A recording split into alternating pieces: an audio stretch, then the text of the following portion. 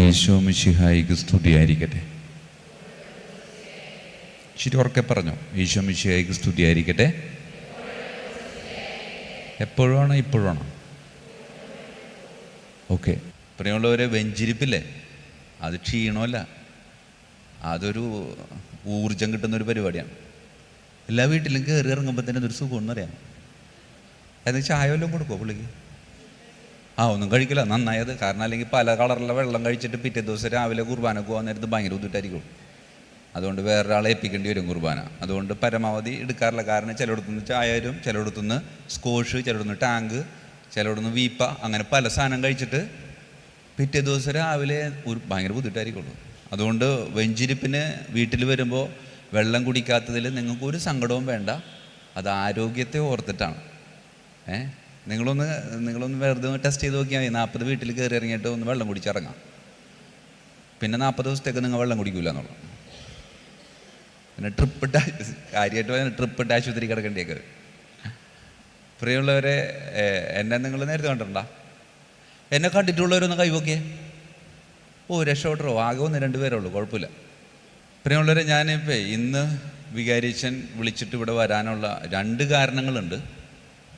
ഒന്ന്, ഞാൻ മിനിയാന്നെ ഒന്ന് പുറത്തേക്ക് പോകാനിരിക്കണമായിരുന്നു. അത് വികാരിച്ചൻ വിളിക്കണതിൻ്റെ 3 ദിവസം മുമ്പാണ് ക്യാൻസലായിപ്പോയത്. അതുകൊണ്ട് ഈ ദിവസങ്ങളിലൊന്നും ഒരു പരിപാടി ഞാൻ എടുത്തിട്ടില്ല.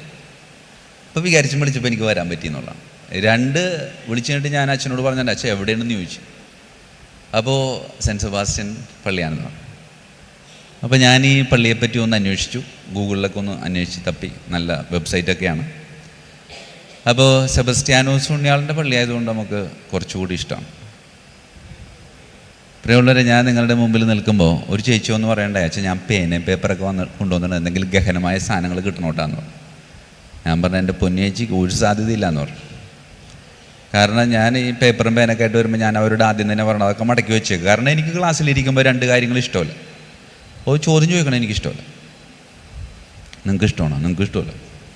ഇപ്പോൾ ഒരു ചോദ്യം ചോദിച്ചാൽ ഞങ്ങൾക്ക് കൂടി ഇങ്ങനെയാണ് മറ്റേ സൂര്യകാന്തി വാടിയ പോലെ ഒരു നിപ്പാം. പിന്നെ അത് പൊക്കിയ അല്ലെങ്കിൽ ഇല്ല. പ്രിയമുള്ളവരെ, എൻ്റെ ഭാഷ ചിലപ്പോൾ ഇത്തിരി കുഴപ്പമുണ്ടാവും. കാരണം ഞാൻ ജനിച്ചതും വളർന്നതും പറൂരാണ്. പറൂക്കാരുടെ ഭാഷ അങ്ങാട് ഇങ്ങാട്, ഞങ്ങ നിങ്ങ, അതൊക്കെ ഞങ്ങളുടെയാണ്. അപ്പോൾ അതിടക്കിടക്ക് വരും. വിരോധമൊന്നും വിചാരിക്കേണ്ട, സഹിക്കാന്നുള്ളൂ, വേറെ നിവൃത്തിയൊന്നുമില്ല. പ്രിയമുള്ളവരെ, ഞാനിത് പറയാനുള്ള കാരണം എന്ന് വെച്ചാൽ ഞാൻ അച്ഛനായിട്ട് കുറച്ച് നാളുകളായി. 2004 ജനുവരി 1-ാം തീയതിയാണ് എൻ്റെ പൗരോഹിത്യ സ്വീകരണം. അതിനുശേഷം ഞാൻ എൻ്റെ 2ാമത്തെ അപ്പോയിൻമെൻറ്റ് ഞാൻ തൃശ്ശൂരാണ്. തൃശ്ശൂർക്കാരുടെ പ്രത്യേകത അറിയാമല്ലോ. അവരുടെ കൂടെ സംസാരിക്കണമെങ്കിൽ നമുക്ക് ഗതിമേപ്പോട്ടാവും എന്ന് പറയണം. പ്രത്യേകിച്ച് പറൂക്കാരായ ഞങ്ങളിങ്ങനെ ആടിപ്പാടി 2 കാര്യമൊക്കെ പറഞ്ഞ് അവർ പറഞ്ഞ് പോയിട്ടുണ്ടാവും. അങ്ങനെ പറൂരിൽ നിന്ന് ഞാൻ തൃശ്ശൂർക്ക് ചെന്ന് ആദ്യത്തെ പ്രസംഗമുണ്ട് എൻ്റെ പള്ളിയിൽ. തൃശ്ശൂർ തിരുഹൃദയ ദേവാലയം അന്തോണിസ് പുണ്യാളൻ്റെ ഒരു തീർത്ഥാടന കേന്ദ്രവും കൂടിയാണ്.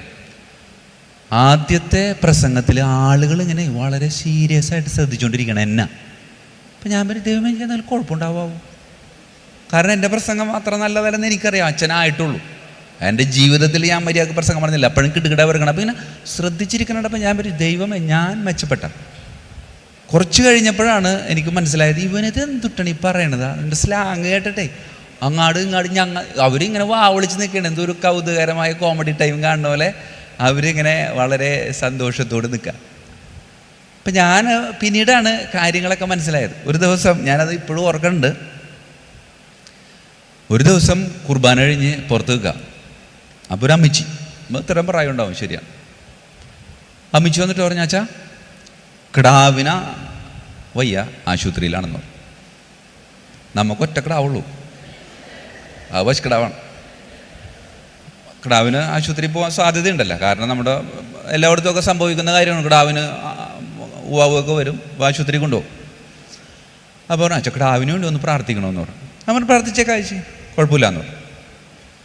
അപ്പോൾ അടുത്ത ഡയലോഗ്, ഓപ്പറേഷനാണ് അച്ഛാന്ന് പറഞ്ഞു. ദൈവമേ, ഓപ്പറേഷൻ? ഞാൻ പറഞ്ഞു, ഇല്ലേച്ചി കുഴപ്പമില്ല, ഒന്നും സംഭവിക്കില്ല, ഞാൻ പ്രാർത്ഥിച്ചോളാം എന്ന് പറഞ്ഞു. അച്ഛാ ഒന്നും സംഭവിക്കാതെ ഡിസ്ചാർജ് ചെയ്യണമെങ്കിൽ ഞാൻ കിടാവായിട്ട് പള്ളിയിൽ വരാട്ടാന്ന് പറഞ്ഞു. ദൈവമേ, കിടാവിനെ കെട്ടാനായിട്ടുള്ള സ്ഥലം നമ്മുടെ പള്ളിയിലില്ലേ? അപ്പം ഞാനിങ്ങനെ ദൈവം ഇത് ഇപ്പം എന്ത് ചെയ്യൂത്. അപ്പോഴാണ് കപ്പ്യാരേട്ടൻ വന്നിട്ട് പറഞ്ഞ്, അച്ഛാ കിടാവ് എന്ന് പറഞ്ഞാൽ അച്ഛൻ്റെ കിടാവല്ല, ഇവിടെ പിള്ളേരെയൊക്കെ കിടാവെന്നാണ് പറയണതെന്ന് പറഞ്ഞു. അങ്ങനെ ഈ ചില സ്ലാങ്ങുകൾ നമുക്ക് ഭയങ്കര ബുദ്ധിമുട്ടാണ്. കാരണം ഞാൻ പറയാനുള്ള കാരണം എന്ന് വെച്ചാൽ, എൻ്റെ അമ്മ ഇപ്പം ഇല്ല, അമ്മ മരിച്ചു. അപ്പം എൻ്റെ അമ്മനെ കാണാനായിട്ട് ഞാൻ ഇടയ്ക്കിടയ്ക്ക് പോകും. അമ്മ മരിച്ചിട്ട് 1 വർഷം ആയിട്ടില്ല. ഇടയ്ക്കിടയ്ക്ക് ഞാൻ അമ്മനെ കാണാൻ പോകുമ്പോൾ അമ്മയുടെ അടുത്ത് ഇങ്ങനെ കാര്യമായിട്ട് ഇങ്ങനെ സംസാരിച്ചിരിക്കും. അപ്പോൾ അമ്മ എന്നോട് ചോദിക്കും, എടാ നീ എന്തൊന്നാണ് ഈ പറയണേന്ന്? നിങ്ങളൊന്ന് മനസ്സിലാക്കണം, പെറ്റമ്മക്ക് മനസ്സിലാക്കാൻ പറ്റാത്ത ഭാഷയുള്ളവനാണ് ഞാൻ. അപ്പോൾ ഞാൻ നിങ്ങളോട് പറയുമ്പോൾ നിങ്ങൾക്ക് എന്തെങ്കിലും മനസ്സിലാകാതെ പോകുന്നുണ്ടെങ്കിൽ അത് നിങ്ങളുടെ കുഴപ്പമല്ല, മറിച്ച് എൻ്റെ കുഴപ്പം. അതുകൊണ്ട് പ്രിയമുള്ളവരെ, എനിക്ക് തോന്നിയതൊക്കെ ഞാൻ ഇവിടെ നിന്ന് വിളിച്ചു പറയും. എല്ലാവരും നിങ്ങൾ വലിച്ചു വാരി എടുക്കണ്ട. ഇതൊരു ബൊഫയാണ്. നേരത്തെ ഇങ്ങനെ വെക്കും, എല്ലാവരും എടുക്കുമോ നമ്മ? ഇല്ല, നമുക്ക് ആവശ്യമുള്ള എടുത്താൽ. അല്ലെങ്കിൽ എന്ത് സംഭവിക്കും? കഴിച്ചു കൊടുത്തേക്കിട്ട് തന്നെ വീണ്ടും പുറത്തേക്ക് വരുമോ? അതുകൊണ്ട് പ്രിയമുള്ളവരെ, നമ്മൾ ഒരു കാര്യം ശ്രദ്ധിക്കേണ്ട. ഒരു പ്രസംഗം കേൾക്കുമ്പോൾ, ഒരു പുസ്തകം വായിക്കുമ്പോൾ, അല്ലെങ്കിൽ ഒരു ക്ലാസ്സിലിരിക്കുമ്പോൾ നമ്മൾ എടുക്കേണ്ട ഒരു തീരുമാനം എന്ന് വെച്ചാൽ, എല്ലാവരും കൂടി നിങ്ങൾക്കുള്ളതല്ല. ഈ ചേച്ചിക്ക് ഇഷ്ടപ്പെട്ടതായിരിക്കില്ല ഈ ചേച്ചിക്ക് കുടിക്കണം. അപ്പോൾ ഞാനിങ്ങനെ വാരിപത്രം ആവശ്യമുള്ള എടുക്കുക, പോക്കോ. പിന്നെ പുതുതായിട്ടൊന്നും പറയാൻ ഞാൻ ആഗ്രഹിക്കുന്നില്ല. നിങ്ങൾക്കറിയാവുന്ന കാര്യങ്ങൾ. അപ്പോൾ നിങ്ങൾ ഇടയ്ക്ക് പറയും, അച്ഛത് ഞങ്ങൾക്ക് അറിയാവുന്ന. അപ്പം അങ്ങനെ ഒരു ടെൻഷൻ വിചാരിക്കേണ്ട. നിങ്ങൾക്ക് അറിയാവുന്ന കാര്യങ്ങൾ ഞാൻ ഒന്നുകൂടെ നിങ്ങളെ ഓർമ്മപ്പെടുത്തുന്നു. അതിനു വേണ്ടിയിട്ട് നിങ്ങളെ എൻ്റെ മുമ്പിൽ ദൈവമായ കർത്താവ് നിങ്ങളുടെ വികാരിച്ചനിലൂടെ കൊണ്ടുവന്ന് വെച്ചു എന്നുള്ളതാണ്. പ്രിയമുള്ളവരെ, ചിലർക്ക് ഒരു ചിന്ത വന്നുണ്ടാവും, അച്ഛൻ ഈ ഷൂ ഇട്ട് പള്ളിയിൽ നിൽക്കണത് ശരിയാണ്. ചിലർക്ക് ഇപ്പോഴായിരിക്കും കാണുന്നത്. പ്രിയമുള്ളവരെ, ഞാൻ അച്ഛനായിട്ട് 21 വർഷം പൂർത്തിയായി. ഈ വസ്ത്രം ഇട്ട് കഴിയുമ്പോൾ അതിൻ്റെ കൂടെ ഇതുണ്ടാവും. എൻ്റെ ഞാൻ ഷൂസ് ഇടാതെ, ഷൂസ് എന്ന് പറയുമ്പോൾ ഇത് പള്ളികളിൽ അൾത്താരയിൽ മാത്രം ഉപയോഗിക്കുന്ന ഷൂസാണ്, അല്ലാതെ പുറത്തേക്ക് പോകുമ്പോൾ ഉള്ളതല്ല. ഈ വൈദിക വസ്ത്രത്തിൻ്റെ ഒരു ഭാഗമാണ് ഷൂസ്. ഞാനത് ചിലപ്പോൾ ഞങ്ങൾക്ക് ഇപ്പം എന്നെ കണ്ട് ശീലമുള്ള എൻ്റെ രൂപതയിലുള്ള ആളുകൾക്ക് അതൊരു വിഷയമില്ല. കാരണം അവനോ പറഞ്ഞിട്ട് നന്നാവില്ലടാണ്. പക്ഷെ നിങ്ങൾ ആദ്യമായിട്ട് കാണുമ്പോൾ ഇതിങ്ങനെ ആലോചിച്ചിരുന്ന് ക്ലാസ് ശ്രദ്ധിക്കാതെ പോകും ചിലർ.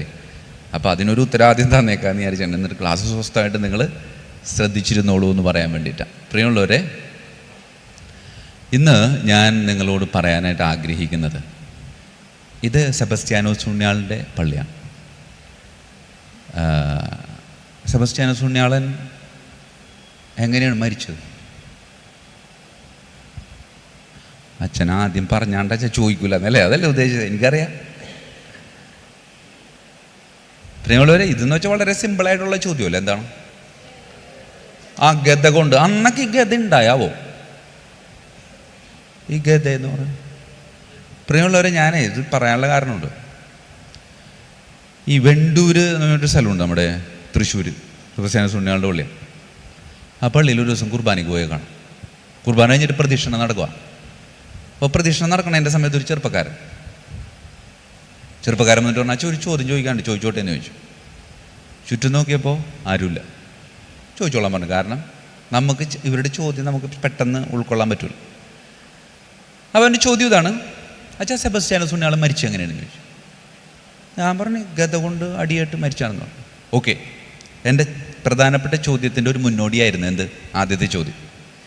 അച്ഛാ, ഗത കൊണ്ട് രക്തസാക്ഷിത്വ മകുടം വരിച്ച വിശുദ്ധ സെബസ്ത്യാനോസിൻ്റെ തിരുനാൾ ആഘോഷിക്കുമ്പോൾ അമ്പ് എഴുന്നള്ളിക്കുന്നതിനേക്കാളും നല്ലത് ഈ ഗതയല്ലേ അച്ഛ എഴുന്നള്ളിക്കണ്ടേ? ശരിയല്ലേ? നാലോചിച്ച് നോക്കിയ ഗതയൊക്കെ പിടിച്ച് പട്ടുകൂടെയൊക്കെ വെച്ച് എന്ത് രസമായിരിക്കും, ഒരു ഭംഗിയായിരിക്കും അത്. അമ്പാണെങ്കിൽ ഒരു ചിരികൊള്ളുള്ള അമ്പത് എവിടെ വെച്ച് കാണാനും പറ്റില്ല. അത് അങ്ങോട്ട് പോകും ഇങ്ങോട്ട് പോകും. ഗതയാണെങ്കിൽ ഒരു വേറെ പട്ടുകൂടെ എടുക്കാൻ വേറെ ആളെ വേണ്ട. ഒരു ഗമയായിരിക്കുള്ളൂ. ഗതക്കൊരു ഗമയുണ്ട്. പ്രിയമുള്ളവരെ, ആ സമയത്ത് ആ പള്ളിയിലെ വികാരിച്ചൻ എൻ്റെ അടുത്ത് പറഞ്ഞ്, അച്ഛാ ഒരു ഗ്ലാസ് ചായ കുടിക്കാമെന്ന് പറഞ്ഞു. ചായക്കൊരു താല്പര്യം ഉണ്ടായിരുന്നില്ല. എന്നാലും ഈ ചെക്കൻ്റെ കയ്യിൽ നിന്ന് രക്ഷപ്പെടാൻ വേണ്ടിയാണ് ഞാൻ വികാരിച്ച് വിളിക്കണം. ഞാൻ പോട്ടേട്ടാന്ന് പറഞ്ഞു. ഞാൻ പോയി. പക്ഷെ അപ്പോഴും ഈ ചെക്കൻ ചോദിച്ച ചോദ്യം നമ്മളെ അസ്വസ്ഥമാക്കി. ഗതയുടെ പ്രഹരമേറ്റ് മരണപ്പെട്ട സെബസ്ത്യാനോസ് പുണ്യാളൻ്റെ തിരുനാൾ ആഘോഷിക്കുമ്പോൾ ഗതയല്ലേ കൊണ്ടു നടക്കേണ്ടത്? അല്ല, ന്യായമായ ചോദ്യമല്ലേ ചക്കൻ ചോദിച്ചു. ഞാനിങ്ങനെ എനിക്ക് ചില സമയത്ത് ചില ചോദ്യങ്ങൾ കിട്ടുമ്പോൾ ഉത്തരം കിട്ടിയില്ലെങ്കിൽ ഞാൻ ആദ്യം തന്നെ കൊണ്ടുവന്ന സ്ഥലം ഏതാണെന്നറിയാമോ? എല്ലാ ചോദ്യത്തിൻ്റെ ഉത്തരവാണ് ഇതേ അവിടെ ആ ബലിപീഠത്തിൻ്റെ മുമ്പിലൊക്കെ അങ്ങോട്ട് ഇടാം. എന്നിട്ട് ഈശോനോട് പറയാം, ഈശോ ഇതേ ഇങ്ങനൊരു ചോദ്യം കിട്ടിയിട്ടുണ്ട്, ഉത്തരം എനിക്ക് വേണം. സെബസ്ത്യാനോസ് ഉണ്ണിയാളുടെ മകനാണ് ഞാൻ. ഗോകുലത്തിൽ തേരാപ്പാരാണെന്നിരുന്ന വെച്ചാണ് അമ്പിൻ്റെ പിന്നാലെ. പക്ഷെ അതിന് ഉത്തരം കിട്ടാത്തപ്പോൾ എനിക്ക് കൺഫ്യൂഷൻ. ഞാനത് ഈശോയുടെ മുമ്പിലേക്ക് ഇട്ട് ഈശോ തന്നൊരു മറുപടി എന്ന് വെച്ചാൽ ഈ ചേച്ചി പറഞ്ഞതിനോട് ചേർത്ത് വയ്ക്കാൻ പറ്റിയൊരു മറുപടിയാണ്. വേറെ ഒന്നുമല്ല, ഗദയുടെ പ്രഹരമേറ്റ് അവൻ അപ്പം തന്നെ മരിച്ചുപോയി. അമ്പിൻ്റെ പ്രഹരമേറ്റിട്ട് അവൻ മരിച്ചില്ല, അതിനെ തോൽപ്പിച്ച് ജീവിതത്തിലേക്ക് തിരിച്ചു വന്നു. ഈ ഗദയ്ക്ക് പകരം അമ്പ് കൊണ്ടു നടക്കാനുള്ള കാരണമെന്ന് പറയുന്നത് ഈ സഹനമെന്ന് പറയുന്നത് സഹിച്ച് മരിക്കാനുള്ളവരല്ല നമ്മൾ, മറിച്ച് സഹനത്തെ തോൽപ്പിക്കാനുള്ളതാണ് നമ്മുടെ ജീവിതം. അതുകൊണ്ട് സഹനത്തെ തോൽപ്പിച്ചവനാ കർത്താവ്. തൽക്കാലത്തേക്ക് അവർ സഹിപ്പിക്കാൻ വന്നവരുടെ മുമ്പിൽ 1-3 ദിവസത്തേക്ക് മരിച്ച് ഒളിച്ചു കിടന്നു എന്നല്ലാതെ അവന് സഹനത്തെ പേടിയുണ്ടായിരുന്നില്ല. അതുകൊണ്ട് ഈ അമ്പ് നമ്മുടെ വീടുകളിലൂടെ കയറി ഇറങ്ങുമ്പോൾ നമ്മൾ ശ്രദ്ധിക്കേണ്ട ഒരു കാര്യമുണ്ട്. സഹനത്തെ തോൽപ്പിക്കാനുള്ളൊരു കൃപയാണ്. ഗദ എന്ന് പറയുമ്പോൾ സ്പോട്ടിൽ മരിച്ചു വരാം, പക്ഷെ അമ്പ് അങ്ങനെയല്ല. അതുകൊണ്ട് നമ്മുടെ ജീവിതത്തിൽ ഈ സെബസ്ത്യാനോസ് ഉണ്ണിയാളുടെ അമ്പ് വീട്ടിലേക്ക് വരുമ്പോൾ നമ്മൾ ചിന്തിക്കേണ്ട ഒരു കാര്യമുണ്ട്. എന്താണ്? സഹനം എൻ്റെ ജീവിതത്തിൽ ഉണ്ടാവില്ലേ? ഉണ്ടാവില്ലേ? സഹനം ഉറപ്പാണ്. അതിനെ ഞാൻ തോൽപ്പിക്കും. ആരുടെ കൂടെ നിന്ന്? ഈശോയുടെ കൂടെ നിന്ന്. ആ ഒരു കൃപയാണ് നമുക്ക് സ്വന്തമാക്കേണ്ടത്. അതുകൊണ്ട് പ്രിയമുള്ളവരെ, ഈ ഒരു പശ്ചാത്തലത്തിൽ ഞാൻ 1-2 കാര്യങ്ങൾ നിങ്ങളോട് പറയാനായിട്ട് ആഗ്രഹിക്കാം. പ്രിയമുള്ളവരെ, നമ്മളുടെ വീട്ടിൽ ഉണ്ടാ ഈ സാധനം ഉണ്ടാ ഇതിനെ എന്തു പറയും? ഈശോയുടെ തിരുഹൃദയത്തിൻ്റെ ഒരു ഛായാചിത്രമാണ്. ഈ ചിത്രമുള്ള ഒരു വീട്ടിൽ ആരെങ്കിലും ഉണ്ട്? ഇതേ ചിത്രം, ദ സെയിം പിക്ക് ആരുടെയെങ്കിലും വീട്ടിലുണ്ടെങ്കിൽ ഒന്ന് കൈവക്കാം, ഒന്ന് കാണണം. ഇത് തന്നെയാണോ? ഉറപ്പാണോ? ഞാനത് മനഃപൂർവ്വം ചോദിച്ചതാണ്. ദ സെയിം പിക്ക്. വ്യത്യാസമുണ്ട് ഇതിന്. പ്രിയമുള്ളവരെ, ഈശോയുടെ തിരുഹൃദയത്തിന് പ്രതിഷ്ഠിതമായിട്ടുള്ളതാണ് നമ്മളുടെ ഓരോരുത്തരുടെയും വീട്. തിരുഹൃദയത്തിൻ്റെ പ്രതിഷ്ഠാജപം ചൊല്ലാൻ അറിയാം? മൈക്കാന്ന് ചെല്ലു. അല്ല, അത് ഇച്ചിരി ബുദ്ധിമുട്ടുണ്ടാവും അല്ലേ? അല്ലേ, നമ്മുടെ പ്രാർത്ഥനകളുടെയൊക്കെ പ്രത്യേകത എന്താണ്? നമ്മുടെ പ്രാർത്ഥനയ്ക്ക് ഒരു ഈണം, ഒരു താളം അല്ലേ? അത് ആ ഒരു താളത്തിൽ പോയാലാണ് നമുക്ക് ചെല്ലാൻ പറ്റുള്ളൂ. കൂട്ടത്തിൽ നിന്ന് എന്ത് പ്രാർത്ഥനയും നമ്മൾ കേൾക്കും. ഒറ്റക്ക് കഴിയുമ്പോൾ അല്ലേ ഒരു ഒരു ഒരു ഒരു പകപ്പുണ്ടാവുന്ന നമ്മുടെയൊക്കെ ജീവിതത്തിലുള്ളതാണ്. നമ്മൾ പ്രാർത്ഥന നമുക്ക് ആകെ 2 പ്രാവശ്യമോ കത്തോലിക്ക സഭയിൽ പ്രാർത്ഥന പഠിപ്പിക്കുന്നുള്ളൂ. അത് എപ്പോഴൊക്കെയാണ്? ഒന്ന് ആദ്യ കുർബാന സ്വീകരണവും സ്ഥൈര്യലേവനും. 2 കോഴ്സും കഴിഞ്ഞിരിക്കണേണ് നിങ്ങൾ. ഇപ്പോഴും നിങ്ങളോട് ചോദിച്ചാൽ ചിലപ്പോൾ ഇച്ചിരി ബുദ്ധിമുട്ടുണ്ടാവും അല്ലേ? ഇതുപോലെ തന്നെ അമ്മമാരോട് വർഷങ്ങൾക്ക് മുമ്പ് ഒരു ക്ലാസ്സിലൂടെ ഇങ്ങനെ കടന്നു പോകുമ്പോൾ ഞാൻ ഈ അമ്മമാരോട് ചോദിച്ചു, പ്രിയമുള്ളവരെ, ഈ കുടുംബ പ്രതിഷ്ഠാജപം അറിയാമോ എന്ന് ചോദിച്ചു. അപ്പോൾ ഒരു അമ്മാമ്മ, ഒരു 70 വയസ്സ് പ്രായം ഉണ്ടാവും, മേക്കാമോതിരമൊക്കെ ഇട്ട് ചട്ടയും മുണ്ടൊക്കെ ഇട്ട് അമ്മാമ്മ എഴുന്നേറ്റ് അച്ഛൻ ഞാൻ ചെല്ലാന്ന് പറഞ്ഞു. അമ്മാമ്മ ധൈര്യത്തോടുകൂടി നെഞ്ചും വിരിച്ച് ഇങ്ങോട്ട് വരാനുണ്ട്, മൈക്ക് ഇങ്ങോട്ട് മേടിച്ച്. എന്നിട്ട് അമ്മാമ്മ ചോദിച്ചു, അച്ഛാ ഇത്ര ഉള്ളത് വേണോ ഇത്ര ഉള്ളത് വേണോ? അപ്പം ഞാൻ പറഞ്ഞു, ദൈവമേ. അപ്പം അമ്മാമ്മ പറയണം, അച്ഛാ അല്ലേ അങ്ങനെയില്ലേ, ഇത്ര രണ്ടെണ്ണം ഉണ്ടാ ഉണ്ടാ? അതെ കണ്ട ഉത്തരം പറഞ്ഞ ആദ്യ വെള്ളിയാഴ്ച ചെല്ലാനായിട്ട് വെറുതെ സെപ്പറേറ്റ് ഒരു പീസ് ഉണ്ട്. അത് ഇത്തിരി നീളമുള്ള, അതറിയാമോ? കാണാപ്പാടം. കാണാപ്പാടം അറിയില്ല. കണ്ട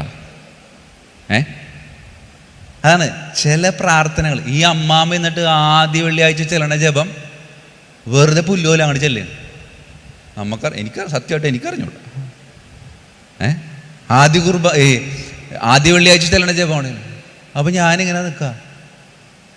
പ്രിയമുള്ളവരെ, വേറൊരു കുഞ്ഞി കുടുംബ പ്രതിഷ്ഠാ ജപമുണ്ട്. അത് എനിക്കിഷ്ടപ്പെട്ടൊരു അച്ഛനുണ്ട്. അച്ഛൻ ഞങ്ങളുടെ ഇടവകയിൽ, മീൻസ് ഞങ്ങളുടെ രൂപതയിലുള്ളതാണ്. പാടശ്ശേരി അച്ഛനാണ്, ജോർജ് പാടശ്ശേരി അച്ഛൻ. 82-ാമത്തെ വയസ്സിൽ ഈ ഒരു 5-8 മാസം മുമ്പ് മരിച്ചു.